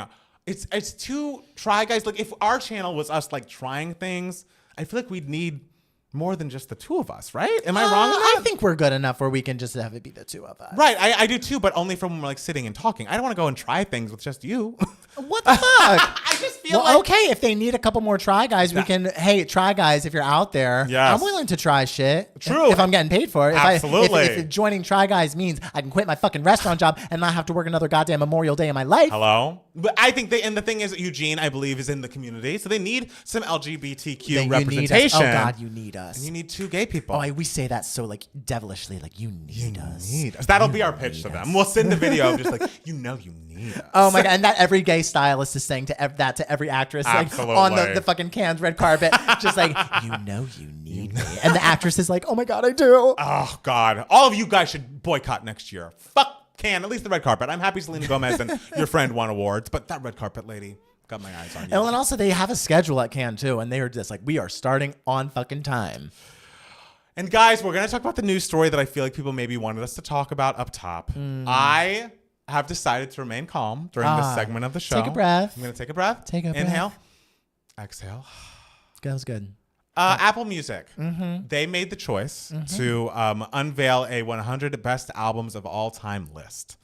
And this, I don't know who was completely in charge of, putting this list together. I know it was some influential artists themselves who were a part of picking this list, but also I assume there are people who worked at Apple who were involved with getting this list together. And there, are some choices. Body Talk by Robin, which is very much an album that we all love, did get 100. Out of 100, which is a choice. I hope that's a score 100% out of a 100, I would which is love an that. A+. I hope that's what they meant by that. Alanis Morissette's Jagged Little Pill is 31. Beyonce appears twice. I think the only female artist to appear twice on this list. She's at 36 with Self-Titled, and then at number 10 with Lemonade. Great choices there. 15, Adele's 21. Billie Eilish's debut, When We All Fall Asleep, Where Do We Go, with 30. Number 1 was Miseducation of Lauryn Hill. And Mariah Carey is not on the top 100. There were several artists very much missing. There's no Teenage Dream by Katy Perry. There's no Melodrama by Lorde. I believe Pure Heroine is like 96. Is Lady Gaga anywhere? Lady Gaga, I think the Fame Monster Deluxe is like 89 or something. Okay. So Taylor's 1989 re-recording is 18 or something. I just feel, calmly, yes, that... Mariah has been disrespected by this industry for such a long time, and there's always something about like a coolness factor that I feel like goes into the making of these lists. Like if you are a woman, you better be the artist, the songwriter, like the way that I imagine them in my head. But even if you are an artist, a songwriter, or a producer, or someone who has written 18 out of 19 of their number 1 hits, you get overlooked because you sing big pop ballads. You are a pop artist who loves pop things. You are unapologetically feminine. You're not sitting behind a piano or a guitar. I think there were many oversights. Someone is saying in the chat that there's no TLC, also horrifying. No Spice Girls for Matt Steele. Like, the biggest travesty of them all, ladies and gentlemen. I just feel like, and again, I am biased, but I would see a lot of people on the internet talking about this when it talks about adult contemporary, big vocal artists. Like, there's no Celine, there's no Whitney, and while both of those are upsetting, absolutely, when we're talking discography, Mariah's is pretty unimpeachable. Like, the fact that you could get through 100 albums that have influenced pop music and you couldn't bring yourself to say Butterfly, Daydream, or The Emancipation of Mimi, like, it's pretty shocking. Especially because, like, some of these albums are on the list and you can tell they were chosen not necessarily because every single song on it is like so impeccably written or blah, blah, blah, but because maybe the album as a whole had some sort of like hugely impactful success that influenced the industry in some sort of way. Yes. Like Beyonce's self-titled, I would not call her second best album, Absolutely like not. writing wise. However, the impact of that album was so monumental. I will not fault it for being on that list. Right. But Mariah Carey is both songwriter and hugely impacting the music industry, especially with like incorporating hip hop and R&B into pop music in the way that she did. And the thing also with Mariah Carey is like, not only is she a songwriter, not only is she a vocalist, she is in the true sense of form, in the true sense of the word, a recording artist. Absolutely. Like in the specificity and the detail that she puts into recording these albums, The which vocal arrangements alone. the arrangements, the harmonies, the layerings that are her. Like, you hear like great stuff like that these days, and you can thank Mariah fucking Carey for like really ushering that so beautifully into the music scene. And so the fact that it's like an album that is so like so pristine as Butterfly. So not just pristinely like produced and written and recorded, but like such a huge moment for her in her career, like so pristinely sung, so pristinely written. And like you mentioned, it was a sea change as far as this lady who sang Hero is now going to incorporate hip hop and R&B music in such a seamless way that is literally old hat these days. Like, you look at the Ariana Grande album and see, oh wow, there's no features, and that's surprising. When back in the day when Mariah even had a feature, people were surprised. So the thing is, I have lived my entire life knowing that she has been overlooked in these categories so often that I'm hoping that the anger will cease. And like, I should get used to it. But it's hard for me not to go to the dark place of thinking the moment, and knock on wood, this never happens, but the moment she's not with us and I see Apple Music make a fucking post about her, or I see the Grammys make a fucking post about her, I will be under the comments and be like, you better shut your stupid ass up, because the moment you could have given her flowers, you chose not to. You made the active choice to ignore such a giant part of R&B music, and I don't think it is a coincidence that artists like Usher's Confessions was like 97, TLC's not on there at all. Like, why we're completely overlooking R&B music as a genre and some of the greatest musicians who ever did it is not surprising to me. Like, yes, you can say Aretha Franklin, but until Beyonce's really breaking the mold sonically, visually, doing everything to be more than just that genre, that's when she's available for critical acclaim. That's why people love to say everything before Sasha Fierce. Beyonce is like, she didn't become a real artist till 4. It's like, well, no, that thing that you don't think is real art is actually very much real art. I'm staying calm. I mean, listen, B-Day is real fucking art, ladies and gentlemen. No way around it. It was just like underappreciated like at that time, because it was just like, oh, well, this is just fun. And it's like, no, it's more than that. Not putting the Velvet Rope, Ooh, Ray of Light, or Butterfly on this list is crazy. Completely invalidates it to me. It feels like not getting Blackout by Britney Spears on that list. That's the thing with like Blackout specifically. Like, y'all at Apple Music know how like important Blackout became like in the later years, and how like huge of a pop album it is, and how it is revered by like people who love pop music exactly. like, in general. So that's who voted on this Apple Music thing? I don't like, know. was it the employees of Apple? You said like it industry definitely was people. Industry people. We're industry people. Hello. Send us our ballot. We are in front of microphones right now, and we did not get a ballot. We did not get a call. Send us our ballot. But let's talk about the most egregious snub on this list. Okay. Seussical the Musical. Okay. When it came out in 2001, ladies and gentlemen. This is the musical that you're really going with? I can go for a lot of musicals. It is wild that there's no musicals on this a list. little rude, but I anticipated that. Come on. Yes, but it's also like, what's the barometer of like what we're including in this list and what we're not? Like, because there are some like brilliant albums that are like jazz albums or something that like didn't make this list. Obviously, like musical theater albums. And I think there's only one non-English language album on this list. Yeah, exactly. So it's like, what were we considering and what were we not? Those metrics were not made clear. Yes. And so, but honestly, like, if you want to get a bunch of like people riled up, just like put out some sort of ranking and they'll just start screaming, guys, this isn't a science. This isn't real. It's not real. We will be sad right now. We will be. But we will move on until that fateful day comes and Matt Palmer is like in his 90s on Twitter screaming at Apple Music. Because I really will be. I remember every single one of you who did not give Mariah what she deserved while she was still here. And sure, Pitchfork has gone back and given the Emancipation of Mimi a 9.0 or whatever. But I remember there was a time where when Glitter came out, I believe Rolling Stone gave it a good review, and after the backlash, edited the review, made it worse, gave her fewer stars. Like, these people have been doing this her entire career, so I shouldn't be surprised. But it's just shocking because you think, because I will say her new albums get better coverage these days, get better reviews these days. So I was kind of thinking maybe we would stop overlooking her impact, but some things never change. Some things never change, guys. You know what? But we got to keep going with our lives. Yes, we got to keep fighting for that change. And it's like, I just know that I'm right. So like that's what will keep me warm at night. The fact that I know that I'm on the right side of history. Matt here. Palmer, right. It will say that on his tombstone. Absolutely. Matt Palmer, right. If he was anything, he was right. Matt Steele. Yeah. Is there any other news for idiots you'd like to share with the people? I don't think so. All right, guys, we're going to take a quick break and then be back with more 2K Mats, the podcast. I got a little riled up in the middle, but I calmed it back down. You calmed it back down? You did. You took your breath. You were good. I didn't scream the whole time. You didn't scream at all. Thank you. There was no screaming here. Thank you so much. Is Hamilton on the list? No. They could have added Hamilton. No. I know. Well, I think 100 greatest albums list is kind of impossible to have and please everyone. Like, unless you're such a wide barometer of people from across languages. Yeah, and genre. How do you cover it all? It's true. It's true. But some of the things that were overlooked felt pointed. To me.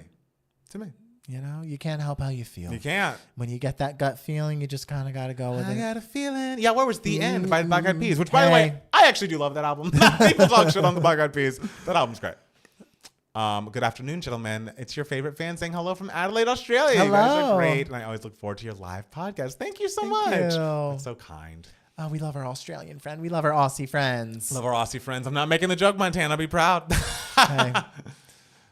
Oh, gosh. Oh, it's come up again. Hey. We still feel that way. We still love you. We got an email in my heart today. We did. So we got was there another? Oh, there was another one? There was another one, okay, yeah. The Wiggles were snubbed. Absolutely. Influential. Peppa Pig, where the fuck was she? I know. The best albums ever list should include all genres. Yeah. Agreed. Hey, but I mean, there are so many genres. There's so many genres. How many genres? Albums. I feel like there are 100 genres. Right. Like you plus. You have to pick one per genre. One per genre. Oh, and that would be a fight to the death. Which one gets number one? And a healthy mix of all. But also, like, the thing with like musical theater albums is like, it's not necessarily like the albums themselves that like they burst onto the scene and they make such a splash. It's kind of like the show happens first. That's true. And then like this is the album comes out. So it's not necessarily the album that causes the splash. It's the show. And then the album is just sort of a way for more people to discover said show. That makes sense. You know. Yeah, the good part's number one. Yes. Queen Peppa was snubbed. Rolling Stone has always been pathetic. I agree. The list is very pointed, but also not too surprised because, like, what were the parameters? That's the thing. It's such a black box to know what they're even. But I'll also say, and I know he has fans in the chat, that Frank Ocean album that's number 5 is so bad. And y'all love it. I listened to it once and was like, woo, we're just really meandering with our melodies these days, aren't we? And I love Channel Orange. I love Nostalgia Ultra. But yeah, I'm surprised it wasn't Channel Orange because that was such a big deal. It was giant. People like those songs are still getting licensed to this day. Sure. But I don't ever like that Blonde album. And number 5 of all time. And I've never heard the album, so I truly can't say. You can say you're right. Don't worry. Okay, but like 5 is 5 is wild. That's a very, very high number. Yes. For all time. So yeah. Are there any films from Cannes that stood out to you that you're excited for? That stood out to me. To you, yeah. I'm excited for all of that. I'm excited for Anora, obviously, because I love Sean Baker. But the Demi Moore movie, The Substance, I'm excited for because I like Demi Moore a lot, and so I think it having like a sort of like a high profile movie that's starring her is really cool. Maybe she gets a little bit of award buzz. I wouldn't be angry with that. So I'm excited to see that. Yeah, I don't know. I mean, I haven't seen any of them, so I truly don't. I'm just excited for an award season where there isn't necessarily like a huge front runner right now for Best Picture. Whereas like last year, even by now, there's usually a big. No, there usually isn't. But in the last couple years, in like because 2023, Oppenheimer was considered like the front runner like years before. Like when the cast was being announced, people were like, it's the front runner for Best Picture. So like. And then Everything Everywhere All at Once, when it came out in 2022, it came out early in 2022, like April or May. Yeah. And that was such a huge success. And everyone was just like, oh, I don't think it'll win Best Picture. And the entire time I was like, bitch, I think it's winning Best Picture. To me, it was the front runner the whole time because I knew it would sustain that. So I think it's nice that we're heading into June and there's not necessarily like a top like one or two that is really like this is like definitely going to be one of the bigger frontrunners. I don't know. A lot of people are saying like Dune 2, which was a phenomenal movie, but like I don't know, that came out so early. And then there's another Dune that's going to come out afterwards. So I assume not before the Oscars, right? No. Okay, good. I was like, whoa, they're not like rush releasing releasing them being these. like, oh, let's wait until the next Dune. I don't know. So we'll see about that. We will see. The only Oscars talk I'm seeing is Billy Zane for that Marlon Brando biopic. Billy Zane? Yeah. I saw the pictures of him. He looks good. And Billy Zane having a little comeback would be really fun. I love that. And I also love Jesse Plemons winning Best Actor because now him and Kirsten Dunst, they're like a husband and wife duo who have the two big acting awards from Cannes because she won for Melancholia. Oh, shit. I said the wrong thing. I said that... I'll make a retraction. I don't think. Will anyone notice? I don't want to sound like an idiot. I don't think you'll sound like an idiot. People get things wrong. You're a human person. It was Tree of Life that won the Palme d'Or, not Melancholia. Love Lies Bleeding is Oscar worthy, in my opinion. That was a fun movie. That was the which one was that? Kristen Stewart. Oh, she's yes, like yes, a bodybuilder, and there's nothing good in theaters right now. Furiosa. Everything I've seen so far has been Challengers. I mean, I haven't seen Furiosa, so. But, and also, I hear The Fall Guy is fucking great. I hear it's good too. And like people, like apparently aren't seeing it, which is weird. I know, but I mean, also the budget for it was like probably astronomical. Yeah. That it's like it would have been hard to make that money back because I mean, all the stunts that they probably put in there were probably nuts. But Prince and Stevie Wonder are my favorite artists, so them being in top 3 are for me. I mean, that's not exciting.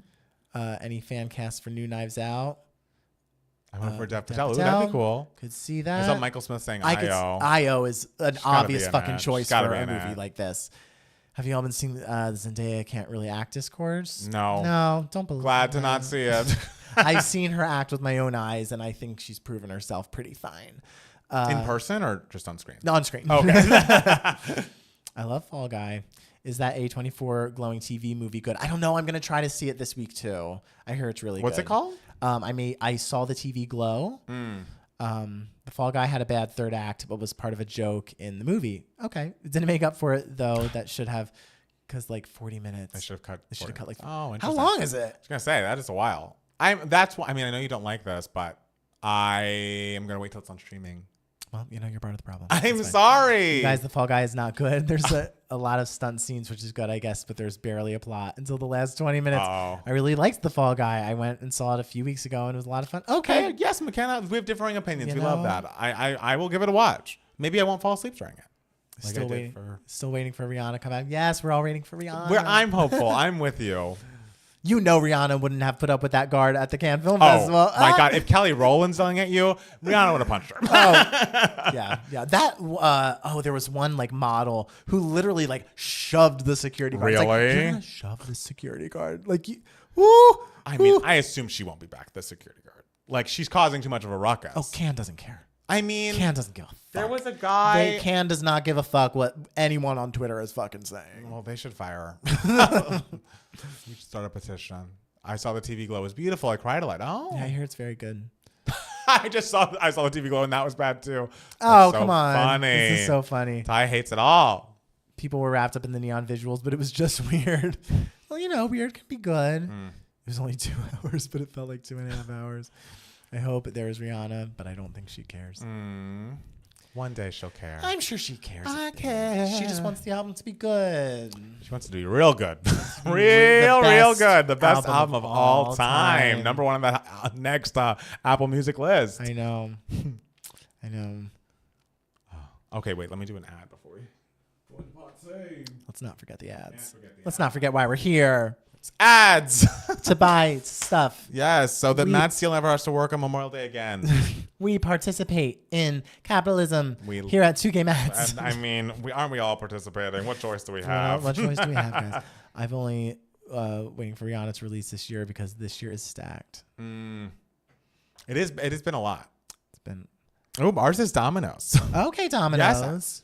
Anyone watch Atlas? No. That's the J-Lo. Yeah, I heard Simu. I hear it was successful though. Well, that's good. Justice for Ilomio. Ilomilo. Oh, the song. I think I said I thought it was fine. Yeah, we thought it was fine. It was better than those last 2 songs. Well, there we said it. Yeah, it's just the truth. Number 30 on Apple. Yes, just too high. Just too high. It was influential. It was influential. Oh, almost at 80K. Go off. Yes, thank you, I know, Luna. we are. I know. That like and subscribe. Like and subscribe.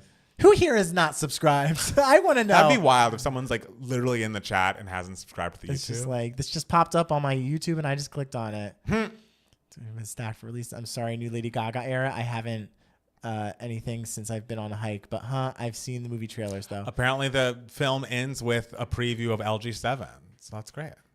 I saw a post where someone was part of the design team for Beyonce's new cover album, and it took like 150 tries to get accepted. I saw that too. We love a perfectionist. It's also like we're literally pink font on black backdrop, and she still wants 150 different incredible. versions. Just like a bunch of notes sent in an email. She is Matt and then Steele. at the end saying, thank you. Thank you. Yeah, this is it. And then they respond with, thank you. That is the only way to respond to a Beyonce note. Hit Me Hard and Soft is better than her debut, but it was released 5 seconds ago. Sid and I are hyped for Wicked. She's seen on Broadway like 17 times and wants me to do interviews for it. That'd be amazing. Taylor's best album did make the list, though. Not my favorite. Glad Katie and Lady Gaga are joining the club. I know. New music. It's a great big, club to big join. year. Big new music year for everybody. Are you joining the club? Is your album coming out? Ideally, yes. All right. Ideally, yes. Listening party for that. Yes. I'm just about to watch the Chromatica Ball, but I had to come into this Oh, live. thank you. Is Britney releasing something? She said she was going to like put something out like special for the fans, which feels like a repackaged something that's already existing. But whatever it is, I'm open. I'm here with open ears for it. We love Britney.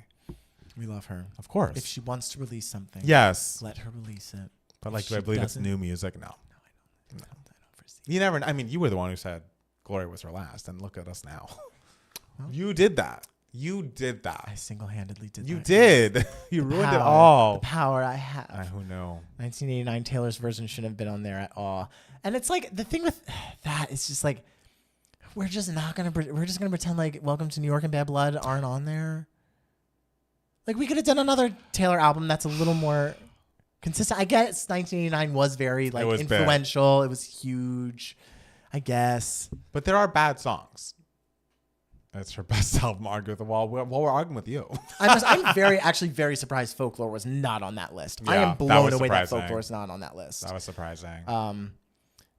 Yes, Maxwell. Oh, read my mind. If we're talking about cultural impact, 1989 wouldn't exist without Fearless. Hey. Yes. That's a consistent album. I even forgive change. It's true. You have come around. You don't love it. I don't forgive love it, but I forgive it. You forgive it. I'm just like, oh, look at you existing. Yeah. Look at you. Thank you. Having been created. Okay, should we do part 2? Yeah. All right, let's do it. All right, guys, I just want to make retraction. Oh, Lord. I don't want to sound like an idiot on the podcast. No one's going to care about this. The American movie that won the Palme d'Or in 2011 was not Melancholia. It was The Tree of Life by Terrence Malick. Melancholia won Best Actress Kirsten Dunst, which is cool because she and Jesse Plemons are husband and wife. They each have one of these awards, which is cool. But I misspoke before, and I realized it during the break. How many people do you think were so mad at you for getting that wrong when listening to this podcast? I wouldn't say they were mad, but I don't want them to think I'm stupid. They probably think I'm stupid to begin with. They probably think you are very wild for remembering any of that at all. So that's something. It is something. It is something. You know what? I guarantee you that most people on the planet don't even know what the Tree of Life or Melancholia fucking are. Absolutely. And I saw Melancholia and woof. Awful. Guys, thank you so much for listening and or watching Shots fired, hot take. Thank you so much for listening or watching the podcast. If you really enjoy us, make sure to go to your Apple Podcast or Spotify and leave us a 5-star rating or review. It really helps us on both of those apps. We want the algorithm to pick us up, show us to as many people as possible. And if you really enjoy us, go to patreon.com/2gaymats. You can get extra bonus content from us, join the Discord, and hang out with friends you just haven't met yet. Talk with us all day. And for certain levels, you can actually request that we review or react to something of your choosing. This Thursday, we're going to be trying to do a group watch of the new Max special, the Chromatica Ball, starring Lady Gaga. Can't wait to watch that with all of our $10 and up patrons. And if you want to be one of those, join now. Yeah, and don't forget, next year, Memorial Day. Yes, we want Matt Steele to not have to work. Yes, exactly. So, guys, this is Email My Heart. This is the section of the podcast where we answer any questions that you guys might have. You can be a part of Email My Heart if you email us at 2gaymats@gmail.com. 2 is spelled TWO. So, the first question comes to us from V, and V says, Mariah recommendations. Hi, Mats. My name is V. Recently, I've been loving these harp mixed with a great beat Mariah songs like Honey and Boy, I Need You. In short, and Boy, I Need You. In short, I need more like those, especially Honey. I know this is very specific, but I believe everyone listening can benefit. Also, side note, The Distance from Caution is my current everything. Okay, those are 2 out of 3 songs that Matt Palmer likes. Exactly, because Boy, I Need You is very famously one of my least favorite Mariah Carey songs ever. V, email back and explain why you like it, so maybe we can convince Matt Palmer that it deserves more. I would recommend, maybe just because we were talking about it during the albums list thing, but you should just listen to all of the fucking Butterfly album. You're gonna get a lot of that late 90s R&B sound that you really like. Also give Rainbow a try. I feel like that is also a similar sound. Ex-Girlfriend definitely has that kind of like synth harpy kind of thing to it. It's very up-tempo. I think you'd enjoy that. But Boy, I Need You, you should listen to the remix. There's a great remix of Boy, I Need You that I think improves upon the original. I think it's called the Streets remix, and that I would definitely say give it a listen to.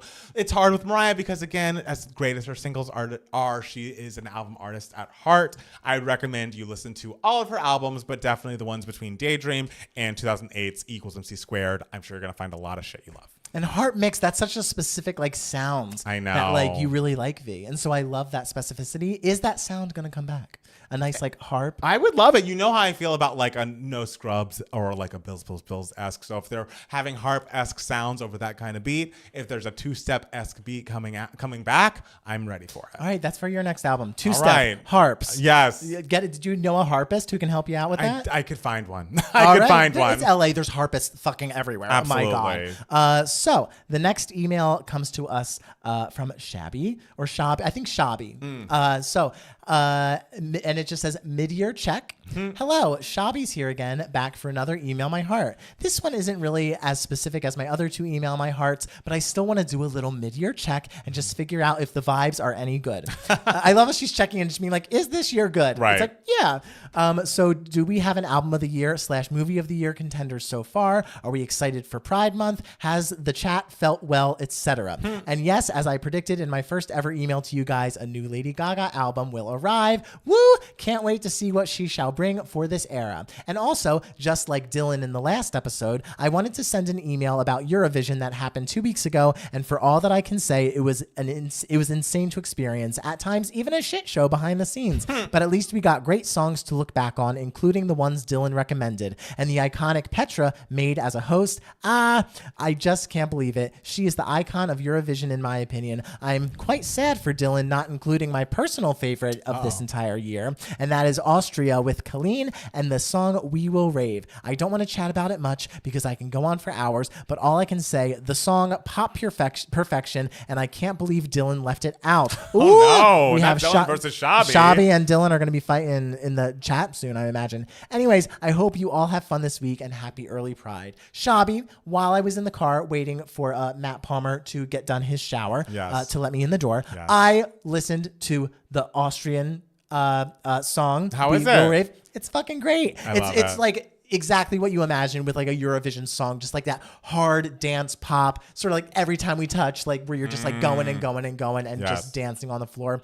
It's really fucking great. So, had Dylan included that in his list, I would have not, been upset about that. Of course. How are the vibes for this year? I think the vibes are good, right? Like I realize it's overwhelming, all of the new music that has come out. Like I feel like I need to spend time with a lot of the albums that have been released, but I feel like there have been a lot of great ones, especially Cowboy Carter and the new Billy record are, I think, my top two at the moment. But up there also is Ariana Grande's Eternal Sunshine, which again, I need to spend more time with because again, we're being inundated with music so often. It's a good problem to have. But yeah, those are my tops at this very moment. And movie wise, I know I'm not really like number one movie girl, but I still can't stop thinking about Challengers. I know you just talk shit about Melancholia. How dare you? I did, because it just was a lot. Like what? Oh, well, no one will disagree that it's a lot. It was a lot. But so, I really, really enjoyed Challengers. I can't wait till I can stream that at home or even buy it or something. I think maybe you could buy it for like $20, but that's like $20. So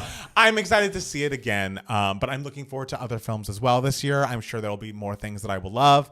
But right now, Challengers is my number one. Sure. I mean, my number one so far this year is probably Dune 2. Dune 2 was truly fantastic. Yes. But as I said in last week's podcast, I am so fucking excited for Thelma, starring James Squibb. I'm so excited for Night Bitch with Amy Adams. Do you know the plot of Night Bitch? No. Oh, Jesus Christ. Amy Adams, people are kind of like, okay, she's like, maybe like could absolutely win her Oscar for this. The plot is she is a woman who thinks that she's turning into a dog. I mean, truly iconic. Work will be had once that comes out. Also, Problemista, I thought was really fantastic. I think it's been a really great year for movies. So I'm excited to see what else is there. Obviously, Wicked is coming out, or Wicked Part 1, I guess we're gonna call it. And even though we're not really calling it Part 1 in any of the advertisements, we're just calling it Wicked. Yes, and we're just showing all of Act 1. I don't know what's going on.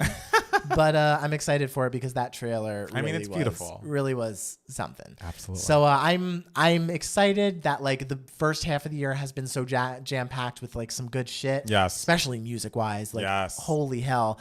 And so next year or like next half of the year is just going to be even more so because that's usually how it rolls. So I'm excited for that. It's been a busy year so far for the two games. It is. But again, we are doing better than ever. We love our subscribership on YouTube and on Patreon. Thankful for people to join and to support us. Because again, we many years ago probably talked about this being our only job in a very much like, oh, who knows, maybe one day way. And now it's like, we're getting a little taste. We're getting a little taste. A little taste of what that could look like. And that's a beautiful thing, Not to be, gross and talk about money or whatever, but it's good when you do something and it is work. Yes, and we're showing like we are so appreciative of like all of you guys who listen and like keep tuning in, and especially those of y'all who have been tuning in for like years and years. Like, thank you so much. Like, it really means a ton to us. It does. Like, so the idea that it doesn't feel like we are like a decade away from that is nice. Sure. I believe it's coming. I've never had more faith in us together. My Memorial Day is coming. I'm going to say it here. We'll have to check this out next year. I believe this will be your last Memorial Day at the restaurant. I'm going to say it. I do. Guys, because let me tell you, it fucking sucks. It fucking sucks. Right. Everyone is psychotic. That comes in. I don't understand. Aren't they happy to have the day off? Are they not in like good moods? Oh, they're in such good moods, so they feel like they can just burst into the restaurant, walk around willy-nilly, go to different they come in big giant groups, walk around. Oh, now I see. The annoying thing is like giant families come in and like they'll sit at one table and then someone will like walk to another table and order something at that other table with a different waiter, and it gets so confusing. Everyone, of course, wants a fucking milkshake, and what is my job at the restaurant? To make the fucking milkshakes and then pour the beers. pour the wines. It's just, and I like cleaning as I go in my bar space. Yes. And you can't really clean as you go when it's just, you're being inundated with so many drinks. They just keep coming. So I'm always left with a giant like mess, and it's just. Okay. Well, now that you explain it, I'm understanding it more. Yes. And more.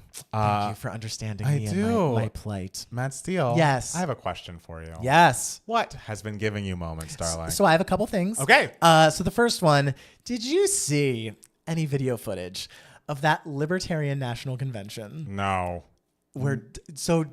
No.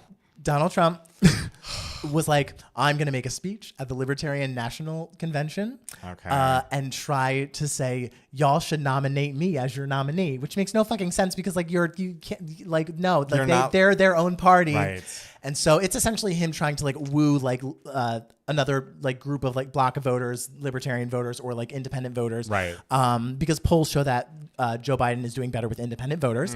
And so he was essentially booed throughout the entire fucking speech. Okay. And it was so fucking hysterical because you could tell he had no idea what to do. Right. And because he's always used to like giving like speeches with like, you know, people who fucking love him and everything. So like him suddenly like being booed literally the entire time, screaming hypocrite at him. Wow. And you would think he'd be like, okay, what is the most presidential thing I can do? I should try to, you know, like sway them more, you know, try to like, you know, course correct and say the things that they want to hear. But what does he do? Nope. He gets very reactionary and he starts insulting them. Of course he does. Saying saying things like, well, I guess you guys want to lose. Have fun with getting 3% like you do every 4 years. And it's like, oh my God, like a complete fucking disaster.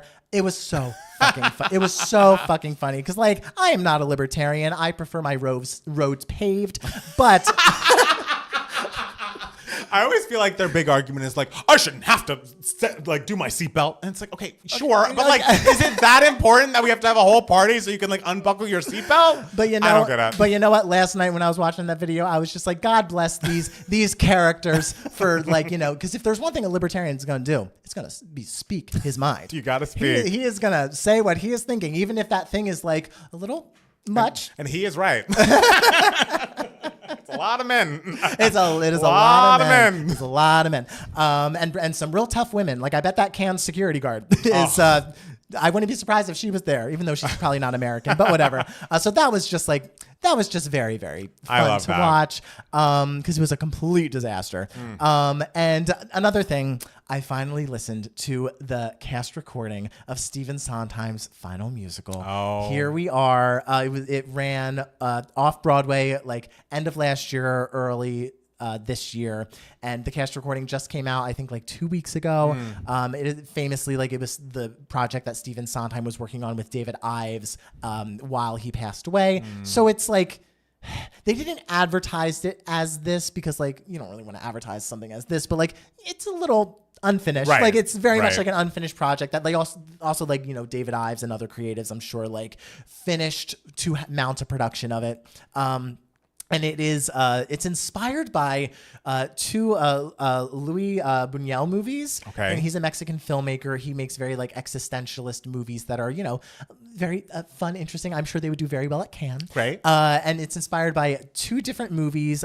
One is called The Exterminating Angel, which is a movie about a bunch of like rich party goers who they have this big party and then they all try to go to leave, but for some reason they feel compelled not to. And so they just stay in this house for days and kind of go insane. And there's no reason why they can't leave. They just decide not to. Who knows? I don't know. It's very interesting. And then the other one is The Discreet Charm of the Bourgeoisie, which is essentially a bunch of people trying to sit down and have a meal somewhere. And they like, for some reasons, like can't do it. Like it keeps getting interrupted or something. So it's a combination of these two movies.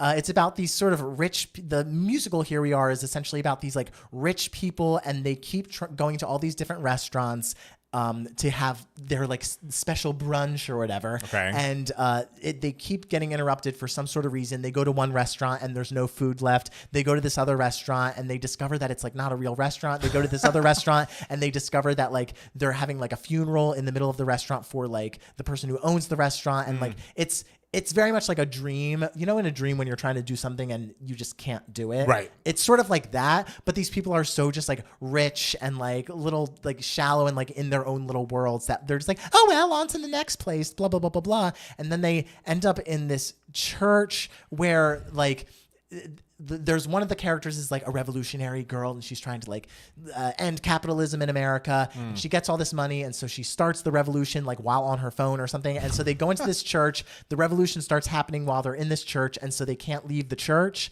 Okay. And it's bizarre.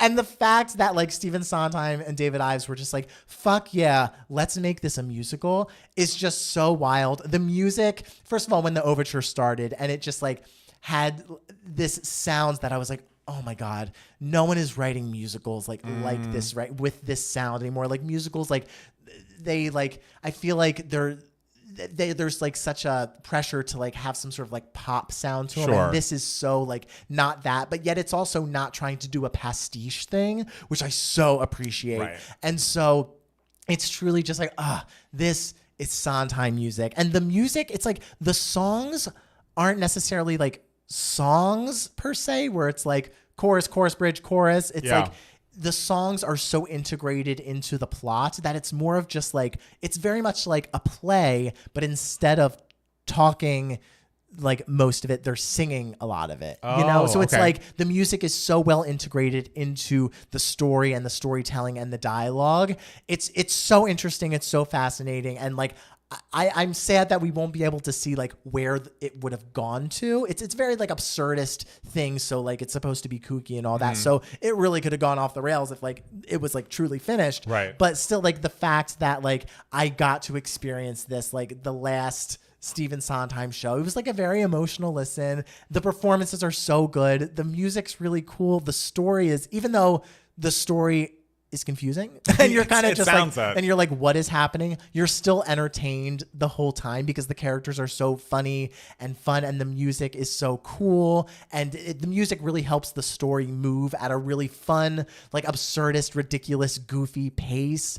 I'm just so like happy that I got to listen to it. I wish I could have seen it.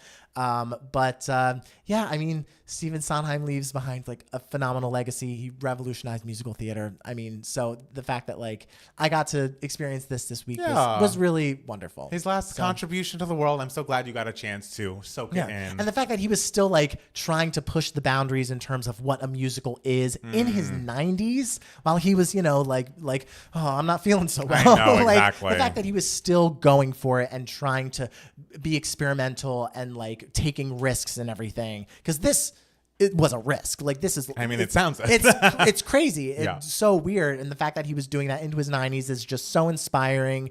And so we should all be so lucky to drop dead as we are in the middle of writing a revolutionary, like forward-thinking piece of art. All right, you know.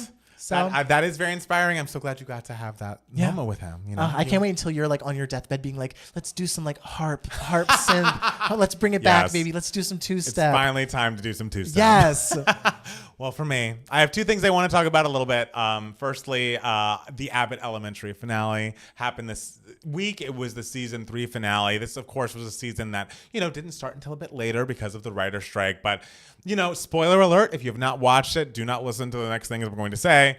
Janine, who is Quinta Brunson's character, and Gregory are basically like the will they, won't they couple of the show, the Jim and Pam. You always got to have one. Ross and Rachel. Yeah. And it's the end of season 3. They have still not gotten together. And it's like, it's time. And I just feel like the way it was done was really smart and really earned. Like, we've been building up to this moment of them really find each other and getting together. And it seemed like it was going to happen last week, but it was like an almost thing that kind of, you were like, oh no, another mishap. They're not going to get together. But then Janine has this party at her house, and Gregory essentially sees a guy that she thinks that she's dating, and he's like, I'm going to tell her how I feel. I'm going to tell her how I feel. But then he just assumes that she is dating this guy, Manny, who used to work with her at the district.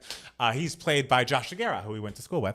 Oh, and but then at the very end, her friends are basically like, no, they're not dating. He tried to go out with her, and she wasn't interested. She said she was interested in someone else. And then Gregory comes back in. He's like fixed her outdoor light and is like, I fixed your light. And then fireworks. It's just really that's lovely. What I fucking need, a guy to fix my light. Hello, that Fuck is me. exactly. You need a Gregory, someone who's going to come do things around the house and, you know, kiss you and try to push the camera who's filming the documentary out of the house. I once called my ex and I was like, can you caulk my bathroom, please? And he was like, yeah, sure. And he did. And he caulked it, and I was like, God, I love you. Was he an ex already at that point, or y'all were together? He was an ex at the, yeah. Oh, wow. I was not over it. Anyway, back to yes, you know, Abbott Elementary. Yes, Janine and Gregory. I just love how that happened. All of the characters had great arcs this whole season, and I'm excited for next season when they have more of time to like build on what season 4 should be, because again, it won't be marred by the writing strike of it all. So I'm excited to see where they go with it. I'm glad that we've gotten to the point where they're together because, you know, I love a sitcom-y television show and I love the romantic elements of that. And so it'll be fun to see what they're like in a relationship together next year. So we will see. Well, you know, there's going to be like a breakup scene in like season 4, maybe. Hopefully in 5. I need a whole season of joy. A whole season of joy. And it's a happy show, okay? And they've taken a long time to get them together. That's Please true. take them a while to break up. You want happy. Yes, I realize. You don't want Melancholia Part 2. I don't. I realize they're going to break up at a point, just not soon. Not soon. Okay. And secondly, there were 2 Mariah remixes that were released this past week. The first was she jumped on the Money Long remix of Made For Me, and she sounds great, especially in that second chorus. She does a lot of belted ad-libs over that second chorus. I feel like her belting voice is sounding better than it has sounded in years on these recordings, and so I really appreciate that. It makes me think like, oh wow, she must be doing a lot of this in her upcoming album recordings and like whatever she's doing for the Butterfly Lounge, but also as a part of the Butterfly Lounge, which by the way is kind of like an undefined thing. It seems like Mariah is either revisiting old songs from the past or like just filming and recording her recording process and is going to release it and discuss it more in depth than she's done ever. Right. But her Butterfly Lounge can be anything. it really can. So we're waiting to see what it is, but this Audible original, which was called Portrait of a Portrait, was supposed to be our first peek into the Butterfly Lounge, where she's talking about the writing of this song Portrait, which was the last track on Caution, which came out in 2018. She talks about the writing of it, the place she was in emotionally when writing this song was a really dark and lonely one, and it's kind of like the looking in of the album or the petals of the album. Like it's really, you know, a tough listen if you are in a sad place. It's not my favorite of her songs, but it does what it needs to do. But man alive, she, for whatever reason, decides to make a 16-minute dance mix for a non-single, 6 years after its release. Depressing single for no reason. And guys, when I'm telling you it is a sprawling masterpiece, like I like the Money Long remix. It's great. It sounds good, whatever. Portrait is for the fucking remixes disc 2 fans, the people who have been screaming about Mariah's dance mixes for so long. If you liked the Morales revival dance mix of Can't Take That Away, which is mostly spoken word, half spoken word, like a little bit of singing, you're going to love the Portrait dance mix, which is more vocal, and she sounds great throughout. And sometimes you listen to the lyrics that she keeps repeating over and over, it's just like, woof, these are some tough lyrics to be hearing over, like boom, boom, boom, boom. But man, if she doesn't sound great, man, if it's not a sound that I've been dying for from her. She announced that there's going to be a Rainbow 25, which I think she's going to be celebrating during Pride Month instead of November when the album actually came out, but whatever. Sure. And I think that's going to include a David Morales dance mix of Rainbow, like the fully realized version Petals, of that dance song. remix of Petals. I don't foresee that. I know I feel like it's an extended dance mix of Rainbow, and I think she performed it at LA Pride. At the end of LA Pride, she was singing Rainbow over a dance mix version, and I think there were even more lyrics. And I was like, wait, I've never heard this. This has not been released. I think it's getting released this year, and I can't wait. And it does feel like, you know, there's going to be a lot of things happening for Mariah in the upcoming months, and I believe, but it feels like my dreams of more dance music, more club music from Mariah Carey might be coming to fruition. And if it's anything like the sprawling 16 minutes of Portrait that improved upon the original is depressing and dancey and brilliant, I'm ready for it. First of all, I just think it's so fucking wonderful when there is like a Mariah song that like you don't really like that much. Yes. And yet the dance mix is incredible. Like I remember, like you love it. Like I remember when Triumphant came out in like 2012, and you were just like, "This song is whatever." And then the dance remix came out, and you were like, "This is the best song." Hello. Like it's like I think that's so beautiful that a remix can do that. But I do have a question. Okay. That I should have asked, I don't know, a decade and a half ago. Yes. To you, what makes a remix good and what makes a remix bad. Lord, because oh my that God. is where I struggle in the remix department. Okay, if you are... Okay, for me, I'm always going to prefer a resung remix. Mariah Carey loves to re-sing her remixes, and Portrait is resung. I feel like a dance mix that is ethereal, is vocally exciting, has a lot of layers to it, but also is doing like a new spin on the song that feels impressive and works just as well, if not better. We're not just throwing a beat. We're not just throwing a beat under an acapella, which sometimes there are some remixes of hers like that I do like, and I'm like, oh, this is good, but I'm never going to like it as much as like, oh, you've added a new energy. You've like given me a new vision on this song. Like you're kind of experiencing it from an entirely different angle, turning it on its head, just doing something. She's even in the like monologue that she gives over the Portrait 16-minute dance mix for some reason. She's like, yeah, we always just do whatever we want to do and like change the vibe. And I just want to feel free. Whenever the remix of Mariah feels free and like she's just letting the producer drive what happens musically and then she just does her vocals over it. Like she's scatting through parts of this. So it feels effortless. Effortless, sure. But like epic. That is what I'm looking for from a dance mix of Mariah. The hip-hop remixes are usually a little sleeker, a little still flipping it on its head, but a little less like take all the time you need, you know?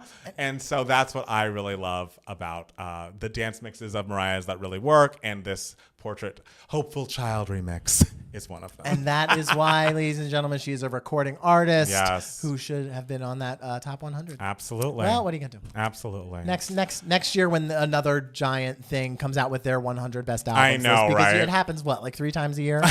It happens a good bit. But I appreciated the fact that we received this mix. I will never be sad that we got it. And I appreciate the fact that Portrait 16-minute dance mix just exists in the world. So thank you to all involved. Thank you to Audible. I can't wait to see what else the Butterfly Lounge gives us. You know, it could literally be anything. It could be anything. As we've established, Jim. Well, Matt Steele. Yes. Is there anything else you want to tell the people? There isn't. Just that I appreciate you guys so much. You are all great. We love you all very much, and we'll be back soon with more 2 Gay Mats, the podcast. Bye. Bye. Cute. Lovely. Oh, that dance mix are great.